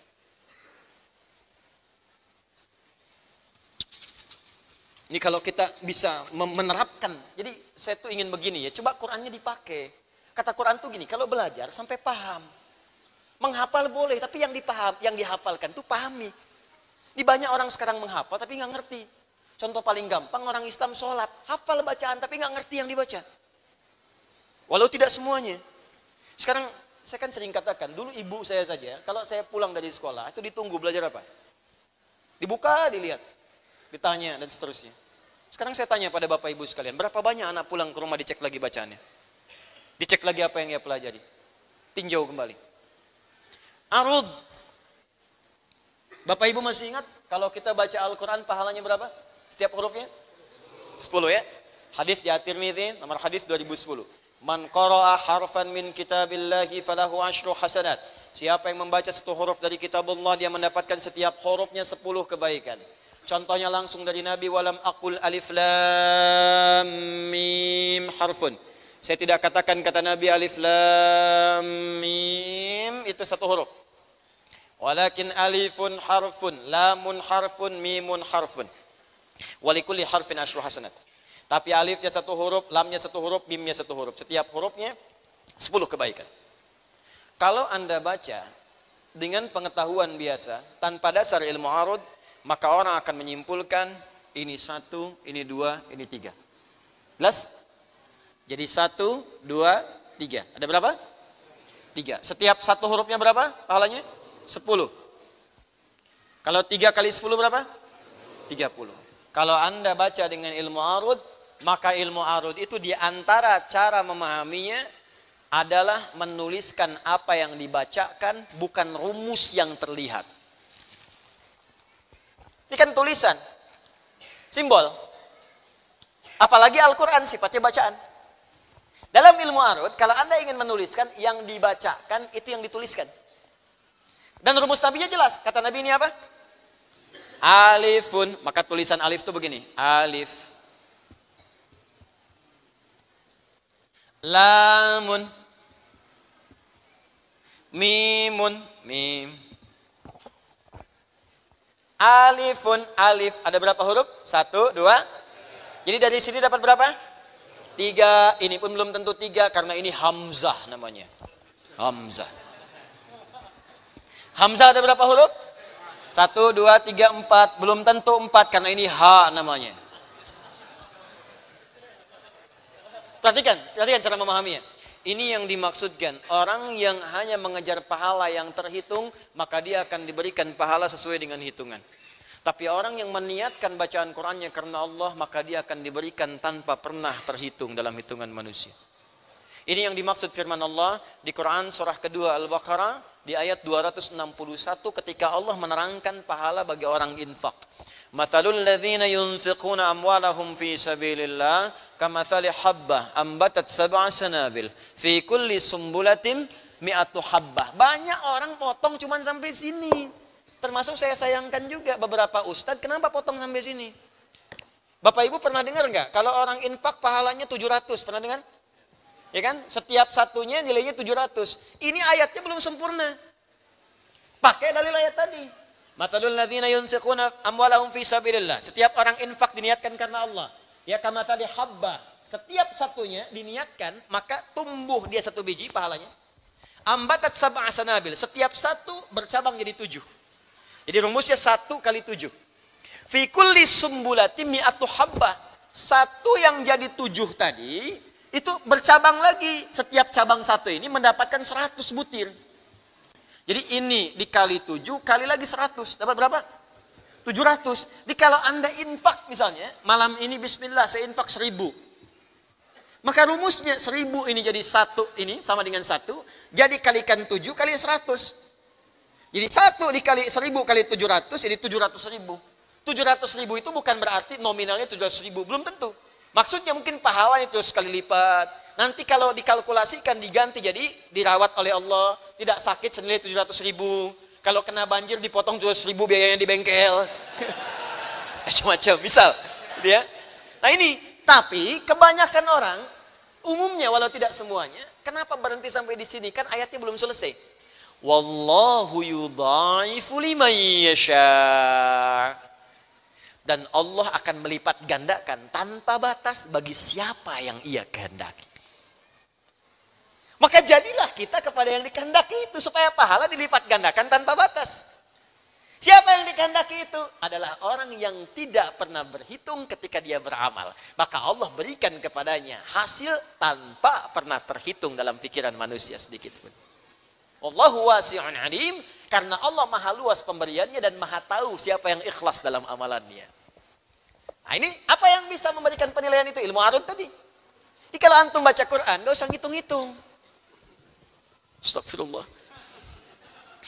Dosa mata saya sekarang ada 19 sampai malam ini. Dilihat, dia tahu sendiri tuh buka WhatsApp jam sekian, salah. Sekali, 2 kali, hitung sama dia.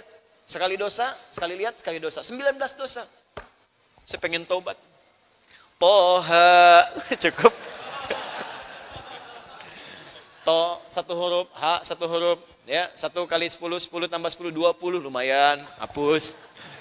Nah, itu prinsip yang keliru. Kalau baca Quran gak usah ngitung-ngitung, baca aja. Nanti kita lihat sebelum wafat berapa pahala yang mengalir untuk kita. Paham sampai sini? Baik, terakhir saya tutup dulu untuk bab ini. Yang keempat saya lewati karena sudah saya terangkan di pertemuan lalu, makna ihdinas siratal mustaqim.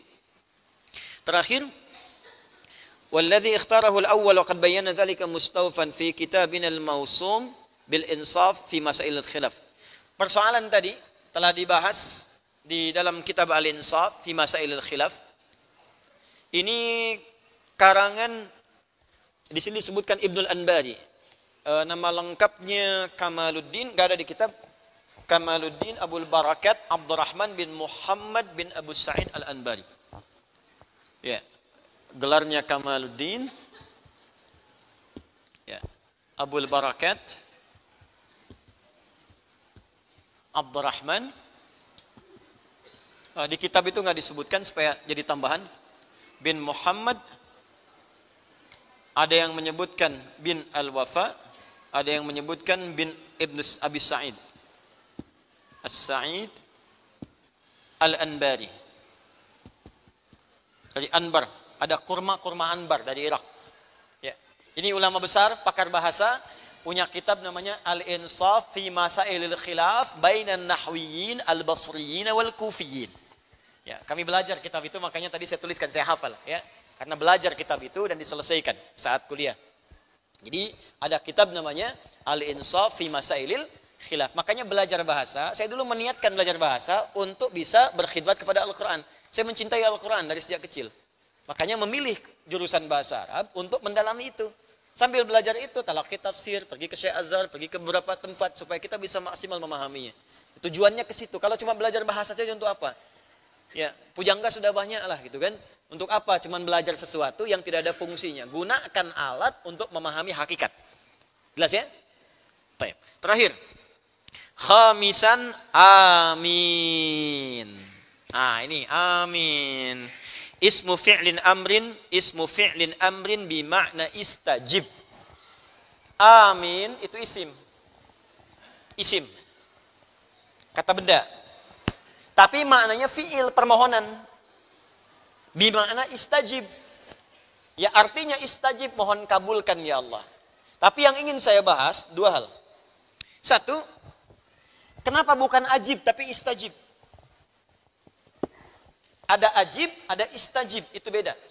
Bukan ajib, ya ajib itu kagum, ajib. Wajahmu ajib, ya. Masya Allah, ini sepeda ajib. Itu kagum, bagus maksudnya. Ya. Tapi ini ajib, hamzah. Ini istajib. Apa bedanya? Bedanya yang ini ajib, yang ini istajib, ya. Kalau ini kalimatnya langsung. Kalau ini menggunakan ista ke depannya. Di ilmu sharaf istaf'ala yastaf'ilu istif'alan, mustaf'ilun, fa mustaf'alun, ya. Istaf'ala. Apa fungsi ista?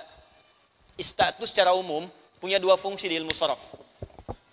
Fungsi pertama menunjukkan permohonan pada sesuatu. Permohonan pada sesuatu. Azina iznun, izin. Izin itu dari bahasa Arab. Kata izin dari bahasa Arab. Azina mengizinkan, izin bahasa Arab. Memohon izin, minta izin pakai ista, istadzana, istidzan, minta izin. Jelas? Baik. Yang kedua fungsinya menunjukkan usaha yang sungguh-sungguh untuk meraih sesuatu. Contoh, hasuna, baik. Istahsana, istihsan. Usaha yang sungguh-sungguh supaya jadi baik. Jelas? Hasuna, baik. Hasan sifatnya. Ihsan, keadaan yang diawasi menjadi baik. Istihsan, usaha sungguh-sungguh menjadi baik. Jelas? Ajib, mohon jawab ya Allah. Istajib, minta dijawab. Kenapa menggunakan ista? Untuk memberikan pesan. Kalau pengen dijawab oleh Allah, maka usahalah yang sungguh-sungguh. Salatnya serius. Salatnya khusyuk. Salatnya benar.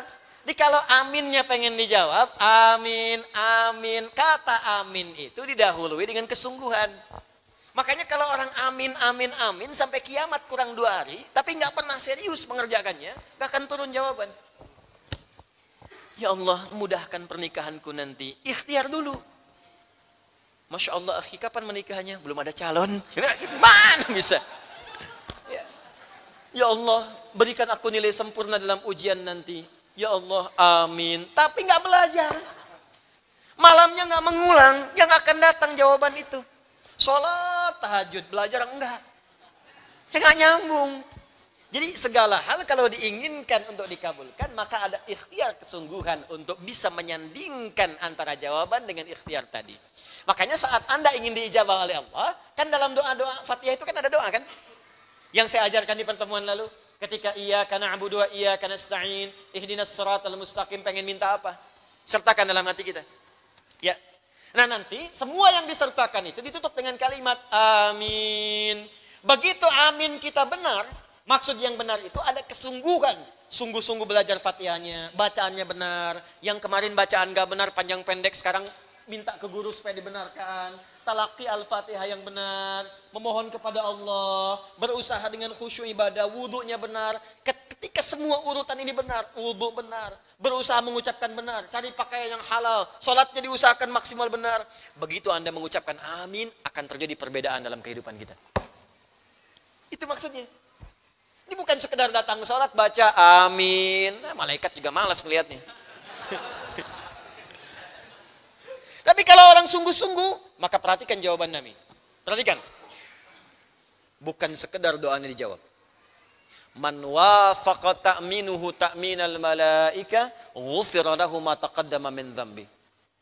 Orang yang bacaan aminnya bersamaan dengan aminnya malaikat. Aminnya kita meminta dijawab oleh Allah, aminnya malaikat mempercepat jawaban yang diturunkan oleh Allah kepada kita.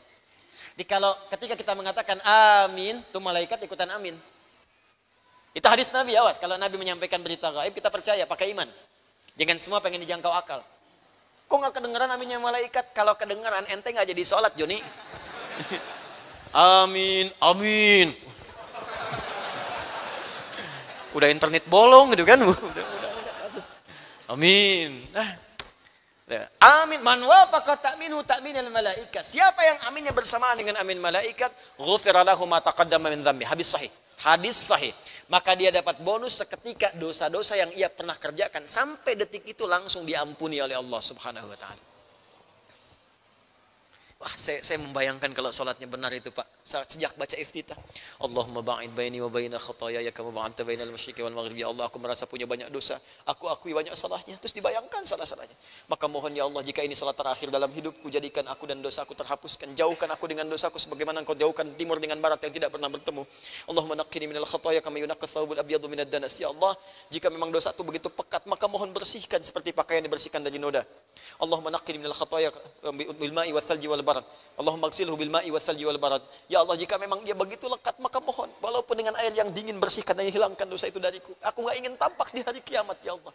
Lalu setelah itu dia baca Al-Fatihah, minta kebaikan kepada Allah, minta kemuliaan, minta doa. Begitu mengucapkan amin, meninggal dia pada saat itu, dosa diampuni, pahala datang. Itu caranya. Oke, coba berusaha tiap hari itu, latih lebih baik lagi, lebih baik lagi. Mau sampai kapan gitu? Mau sampai kapan? Mau sampai kapan? Berusaha lebih baik. Nanti kita rasakan kemuliaannya, enak. Ya mungkin tadi itu, apa yang kita bacakan itu tidak sampai kepada hati. Karena nggak sampai kepada hati, jadi nggak jadi bimbingan kepada anggota tubuh kita. Kalau hatinya tulus, ini ke mata jadi bimbingan sampai ke ujung kaki.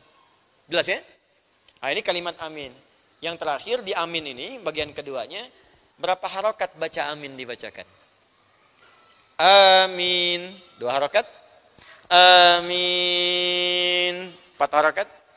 Amin. 6 harokat. Pilih 2, 4 atau 6. Nah, yang 6 angkat tangan. Enggak apa-apa. Tanggung jawab. Ya. Yang 4? Pak. Yang 2? Baik. Yang benar tanpa harokat. Karena harokat itu dibacakan hanya untuk Al-Quran, maka ada hukum tajwid. Letaklah situ harokat. Ya, harokat itu jangan dibayangkan fathah, harokat, bukan. Makanya saya di metode kontemporer, besok nanti lusa hari Sabtu, saya akan membuka kuliah pertama. Setelah ini saya umumkan, kuliah sekolah terbuka Al-Quran. Pertama kali. Yang saya kemarin sampaikan, nanti insya Allah hari Sabtu kita akan mulai. Setelah ini saya umumkan. Ya, setelah ini saya umumkan. Jadi kalau kita baca Quran, di situ ada harokat. Paling gampang ngitung pakai detik. Misal, 2 harokat jadikan 1 detik. Ya. Bismillahirrahmanirrahim. 1 detik. 4 harokat 2 detik. Bismillahirrahmanirrahim. Alhamdulillahi rabbil alamin. 6 harokat 3 detik. Alhamdulillahi rabbil alamin. Ar-Rahmanir Rahim. Jelas ya? Lebih gampang. 1 detik, 2 detik, 3 detik. Jadi kalau ada di teks-teks 6 harakat, berapa detik? 3 detik. 1 detik berapa harakat? 2 harakat. Jadi kalau setengah detik, 1 harakat. 5 harakat, 2,5 detik. Kalau pakai detik lebih jelas ketukannya. Tak, tak. Karena orang Arab dulu menyebut harakat dengan ketukan. Ketukan, ketukan. Itu yang dimaksudkan. Jadi lebih gampang. Ya. Kalau kita baca Quran ada pilihan bisa 2, 4 atau 6 atau 5, ada. Ya seperti mad arid disukun misalnya. Ya, alhamdulillahi rabbil alamin, arrahmanir rahim, maliki yaumiddin. Kalau tarawih bacanya pakai hadar. 1 detik 2 harakat. Supaya ayatnya dapat banyak, lama berdirinya enggak terlampau lama. Ya kan? Bismillahirrahmanirrahim. Alhamdulillahi rabbil alamin. Arrahmanir rahim. Maliki yaumiddin. Iyyaka na'budu wa iyyaka nasta'in. 1 detik. Tak tak tak. Kalau salat fardu bacakan 2 detik. Ya, pertengahan mutawassit. Supaya apa? Enggak kepanjangan, enggak kependekan. Alhamdulillahi rabbil alamin. Ar-Rahmanir Rahim. Maliki yaumiddin. Kalau sendirian, malam sholat silahkan sampai 6 harakat, 3 detik. Alhamdulillahi rabbil alamin. Ar-Rahmanir Rahim. Maliki yaumiddin. Jangan ketukar, tarawih 6 harakat. Waladdallin.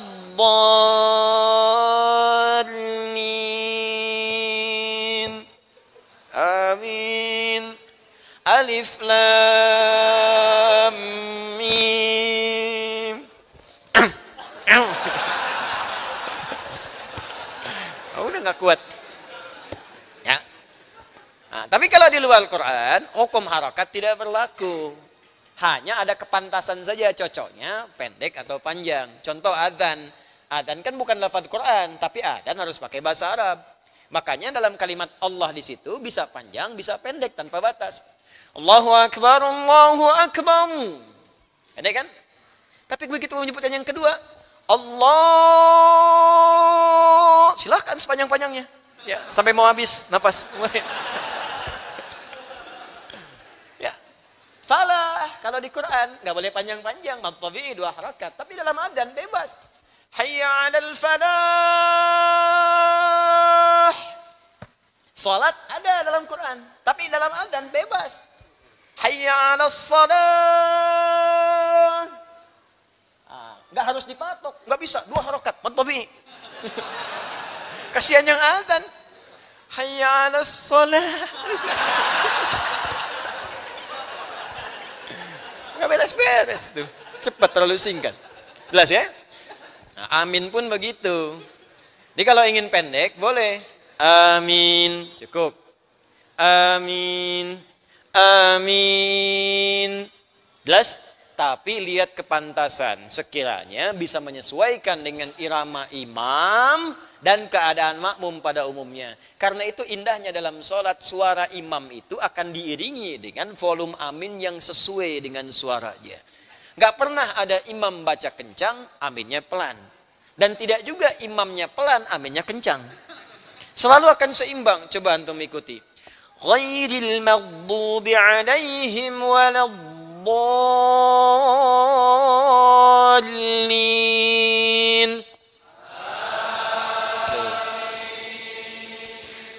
Ghairil maghdubi alaihim waladdallin.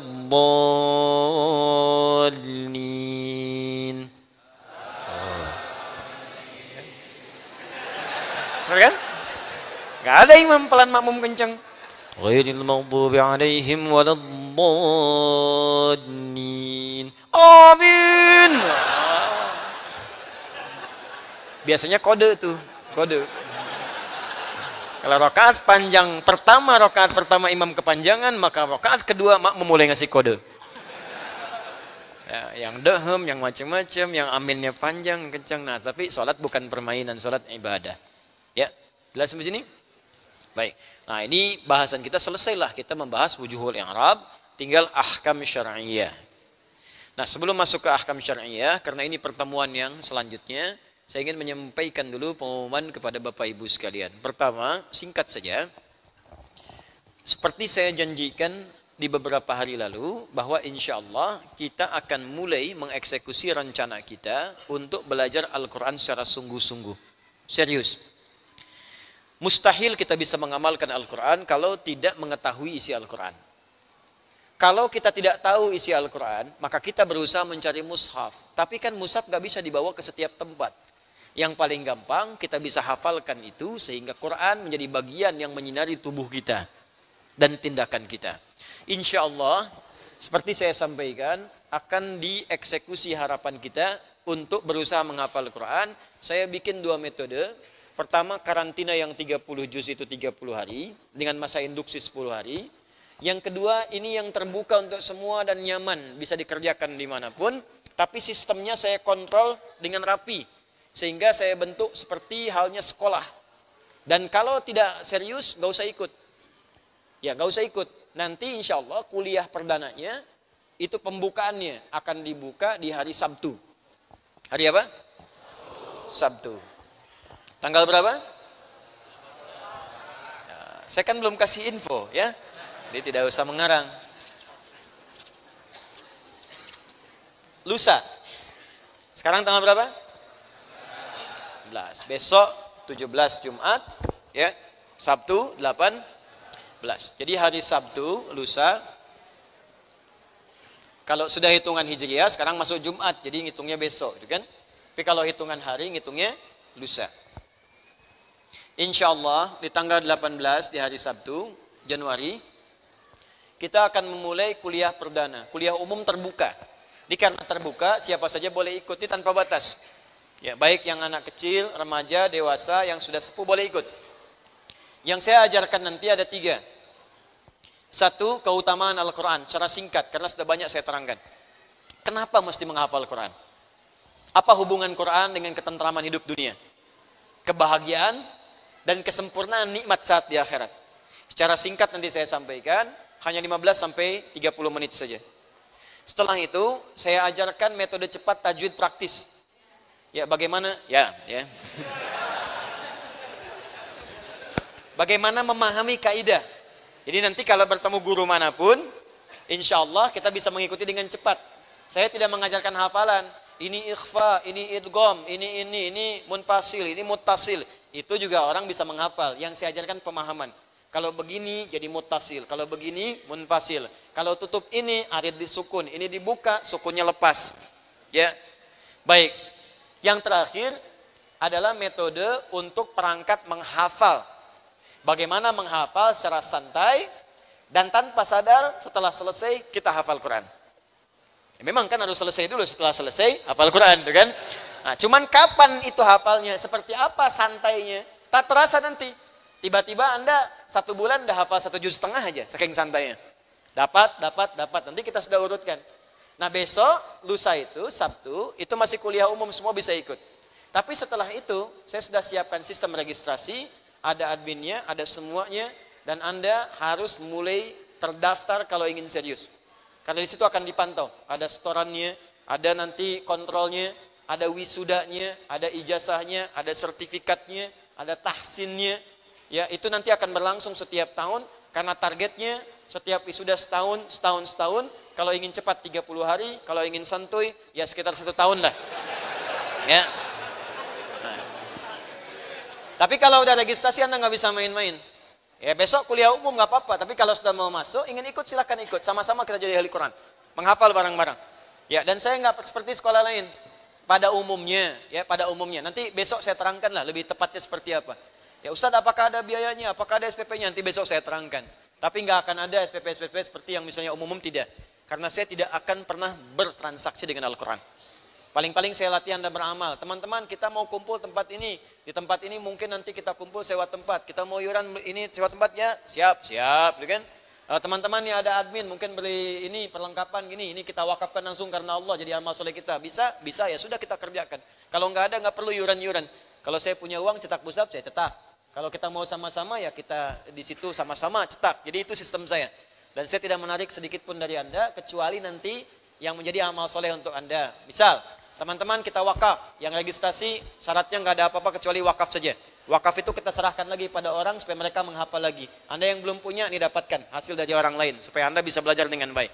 Pahala mengalir pada orang, punya orang mengalir kepada Anda. Ya, itu yang saya jadikan. Jadi insya Allah nggak ada SPP, nggak ada yang lain-lain. Paling-paling kalau sebulan dari 50.000, 100.000 itu untuk kumpul, untuk barang-barang, untuk yang lain-lain. Nah, itu diinformasikan. Insya Allah dengan modal pulsa 50.000, mudah-mudahan dapat nanti komunikasi akhirat yang lebih baik dengan izin Allah Subhanahu Wa Taala. Itu pun kalau ada, kalau enggak berarti enggak ada apa-apa. Jelas sampai sini? Baik. Itu 2. Tempatnya di mana? Nah, ini dia. Tempatnya di Masjid Al-Azhar. Dengarkan dulu. Kan mesti dipilih. Mesti dipilih, ya, mana tempat yang paling memungkinkan, yang paling cepat bisa kita dapatkan. Di Alisan sudah malam ini. Ya kan kita harus hargai juga. Di sini ada komplek, ada aktivitas, ada macam-macam, ya. Kalau sekarang Masya Allah, semoga Allah berikan rahmat kepada warga komplek di sini, ada PTM, ada PJS, ada Greenview. Ini kan tidak mudah Bapak Ibu sekalian. Datang banyak orang lewat, mungkin ada aktivitas. Berapa banyak warga komplek yang menyimpan mobilnya keluar supaya Anda bisa masuk ke sini. Berapa banyak warga komplek yang tidak keluar rumah, ya, supaya Anda bisa nyaman belajar dan sebagainya. Termasuk teman-teman yang pajang, yang nyimpan makanan macam-macam. Makanya sering saya katakan, keluar dengan tertib, jangan buang sampah sembarangan, karena ada hak dan mereka juga yang harus dapatkan dalam kebaikan. Dan saya pun memberikan pesan kepada teman-teman sekitaran yang ikhlas, supaya Allah berikan pahala kepada kita. Ini Allah berikan masjid di sini untuk kebersamaan kita semua. Jangan sampai dengan masjid ada keributan, ada macam-macam. Jadikan sebagai berkah untuk semuanya insya Allah. Ya. Nah, nanti hari Sabtu kita di Al-Azhar, jamnya jam 8. Ya, saya harus bikin bagaimana lagi. Ntar saya buat jam 10, yang bilang sini ya. Saya bikin jam 12, yang sini ya. Saya bikin tengah malam, yang datang pocong. Gimana sih? Udah, salah satu. Kalau nggak bisa datang, ada wasilah, kita rekam. Anda nanti di situ simak. Ya, baik. Kalau nggak bisa datang, bisa tersambung live. Tapi pendaftaran dibuka online setelah itu. Jadi walaupun tidak sempat hadir, Anda bisa mendaftar langsung. Kita sampaikan nanti. Ya. Nah, gimana petunjuk lengkapnya? Nanti insya Allah di media sosial kami, Adi Hidayat Official. Nanti di Instagram akan muncul flyernya. Mungkin malam ini kalau nggak besok. Ada flyer nanti, nama sekolahnya apa, tempatnya apa. Setelah ta'lim besok, kuliah umum, akan langsung dibuka registrasi. Nanti registrasi itu Anda daftar, masuk. Datanya dikumpulkan, nanti ada langsung di admin, Anda akan dihubungi. Begini caranya, dibikin kelompok, teknisnya hari Sabtu saya terangkan lah, dengan lebih jelas lagi insya Allah. Paham sampai sini? Jadi saya cek dulu secara umum. Hari apa? Jam berapa? Sampai jam berapa? Belum tahu, bagus. Ya, jam 8 sampai setengah 11. Ya, jam 8 sampai setengah 11, karena setelah itu saya akan ke Bandung. Ya, jam 8 sampai setengah 11. Kemudian materinya ada 3 pokok. Tempatnya di mana? Al-Azhar mana? Belum tahu ya, jangan ngarang. Al-Azhar Kalimalang di sini. Ya, jadi bukan yang di Kebayoran.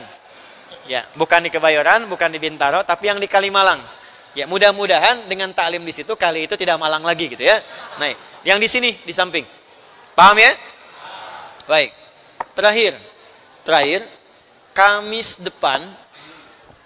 depan, malam Jumat pekan depan, saya akan izin dulu.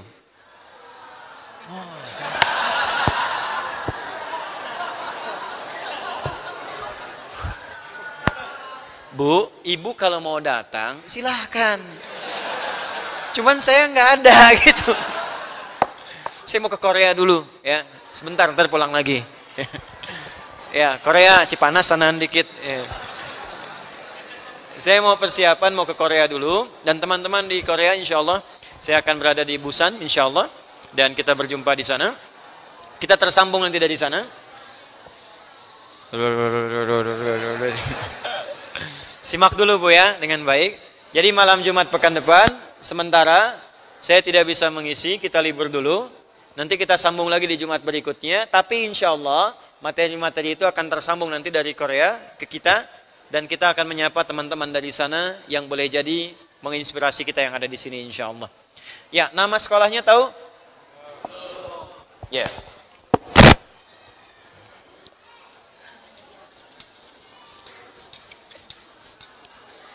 Nama sekolahnya nanti Sabtu saya beritahu lengkapnya. Tapi saya pengen tanya, mau hafal Quran? Mau jadi ahli Quran?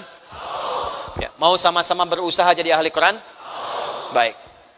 Usahakan jadi ahli Quran. Jadi sekolahnya namanya UAH. Usahakan ahli Quran. Usahakan jadi ahli Quran. Oke? Oke. Nah, maka brandingnya UAH oke. Enggak, ini enggak bercanda, nama sekolahnya UAH, usahakan jadi ahli Quran ya. Target kita sampai wafat. Targetnya sampai wafat. Mudah-mudahan Allah meridhai kita semua. Ya, jadi nanti hari Sabtu kita mulai, kita bertemu dan semoga semuanya dilancarkan oleh Allah Subhanahu wa taala. Malam hari ini saya akan ada banyak hal yang saya kerjakan dulu. Ada hal-hal yang teman-teman ingin sampaikan bisa disampaikan lewat admin kami dan mudah-mudahan semuanya diberikan keringanan oleh Allah Subhanahu wa taala. Allahumma taqabbal minna innaka antas samiul alim wa tub alaina innaka antat tawwabur rahim. Allahumma 'allimna ma yanfa'una wa 'allimna ma jahilna. Allahumma waffiqna ma ta'allamna linafhama bih wa waffiqna ya Allah ma fahimna lin'amala bihi. Ya Allah, anugerahkan kami ilmu yang bermanfaat yang mengentaskan ketidaktahuan kami. Anugerahkan kami ilmu yang bermanfaat yang membimbing kehidupan kami lebih baik dalam pandangan-Mu. Allahumma ya Allah, bimbing kami untuk memahami apa yang kami pelajari dan bimbing kami untuk mengamalkan apa yang telah kami pahami. Allahumma alif baina qulubina ati anfusana taqwaha wa zakkiha anta khairu man zakkaha anta waliyuha wa maulaha. Ya Allah, lembutkan hati kami, satukan diri kami, jauhkan kami dari perpecahan ya rabbal alamin. Beningkan hati kami dari kotoran-kotoran jiwa yang mengotorinya. Engkau pemilik jiwa kami ya Allah, Engkau yang paling mengetahui keadaan hati kami. Allahumma janibna minat tafraqah. Ya Allah, jauhkan kami dari perpecahan. Wahid sufufana, satukan saf kami ya Allah. Barik fi umurina dan berkahi segala aktivitas dan kegiatan kami. Allahumma idza kana hunalika ya Allah naktah sauda fi qulubina tahjubuna min ridhak. Allahumma kaffir 'anna sayyi'atina wa ya Allah likay nataqarrab ilaika bi islah. Ya Allah, jika ada noda-noda dosa terpatri di malam ini dalam jiwa kami yang menghalangi dan menghijab kami untuk mendekat kepadamu ya Allah, mendapatkan ridhamu, maka mohon di malam ini hapuskan semua kotoran dan noda dosa itu ya Allah. Beningkan jiwa kami agar kami bisa mendapatkan cahayamu, kembali kepada fitrah kebaikan, mendapatkan ridhamu. Allahumma ij'al baqiyata hayatina hayatan thayyibah wa akhir hayatina husnal khatimah. Ya Allah, jika terbuka lembaran kehidupan kami untuk hidup di esok hari, maka jadikan sisa hidup kami bermanfaat dalam hidup kami. Dan bila pun malam ini kami mesti kembali kepadamu, jadikan akhir hidup kami husnul khatimah. Allahumma ya rabbal alamin zuqna warzuqna rizqan halalan thayyibah ya Allah, halalan thayyiban li wafa'i duyunina. Ya Allah, anugerahkan limpahan rezeki kepada kami untuk mengentaskan utang-utang kami. Jika ada di tempat ini orang yang berpiutang ya Allah, atau orang yang punya utang, maka mohon ya Allah berikan limpahan rezeki untuk melunasi utang-utang mereka. Jauhkan ya Allah dari beban-beban kehidupan, dari beban utang, beban keburukan. Allahumma idza kana hunalika man ta'assara fi hayati fayassir lahu misrahum fa inna ma'al usri yusra kama qaulika ya arhamar rahimin. Ya Allah, jika sedang ada yang mengalami kesulitan di malam hari ini, maka berikan kemudahan kepada mereka seperti Engkau janjikan dalam firman-Mu inna ma'al usri yusra. Seperti Engkau janjikan dalam firman-Mu yuridullahu bikumul yusra wa la yuridu bikumul usra. Allahumma ya Allah, in kana hunalika minal marid fashfihi shifaa'an ajilah.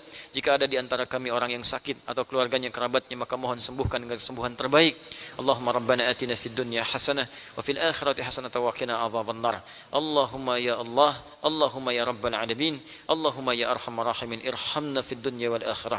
Ya Allah, pemilik rahman dan rahim, anugerahkan rahmat-Mu kepada kami di dunia dan anugerahkan rahim-Mu kepada kami di akhirat.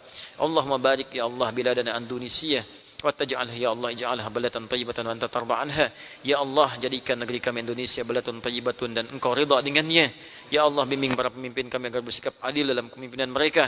Ingatkan mereka ya Allah bahwa mereka akan wafat dan kembali kepadamu, dan jaga para ulama kami agar mereka ikhlas dalam berdakwah. Jauhkan ya Allah para ulama kami dari perpecahan, dari segala sifat-sifat buruk, dari niat-niat yang kotor. Allahumma jadikan kami sebagai hamba-hamba-Mu yang saleh. Bifadlika subhana rabbika rabbil izzati amma yasifun wa salamun alal mursalin wa akhiru da'wana subhanakallahumma wa bihamdika asyhadu an la ilaha illa anta astaghfiruka wa natubu ilaik walhamdulillahi rabbil alamin. Thumma assalamu alaikum warahmatullahi wabarakatuh.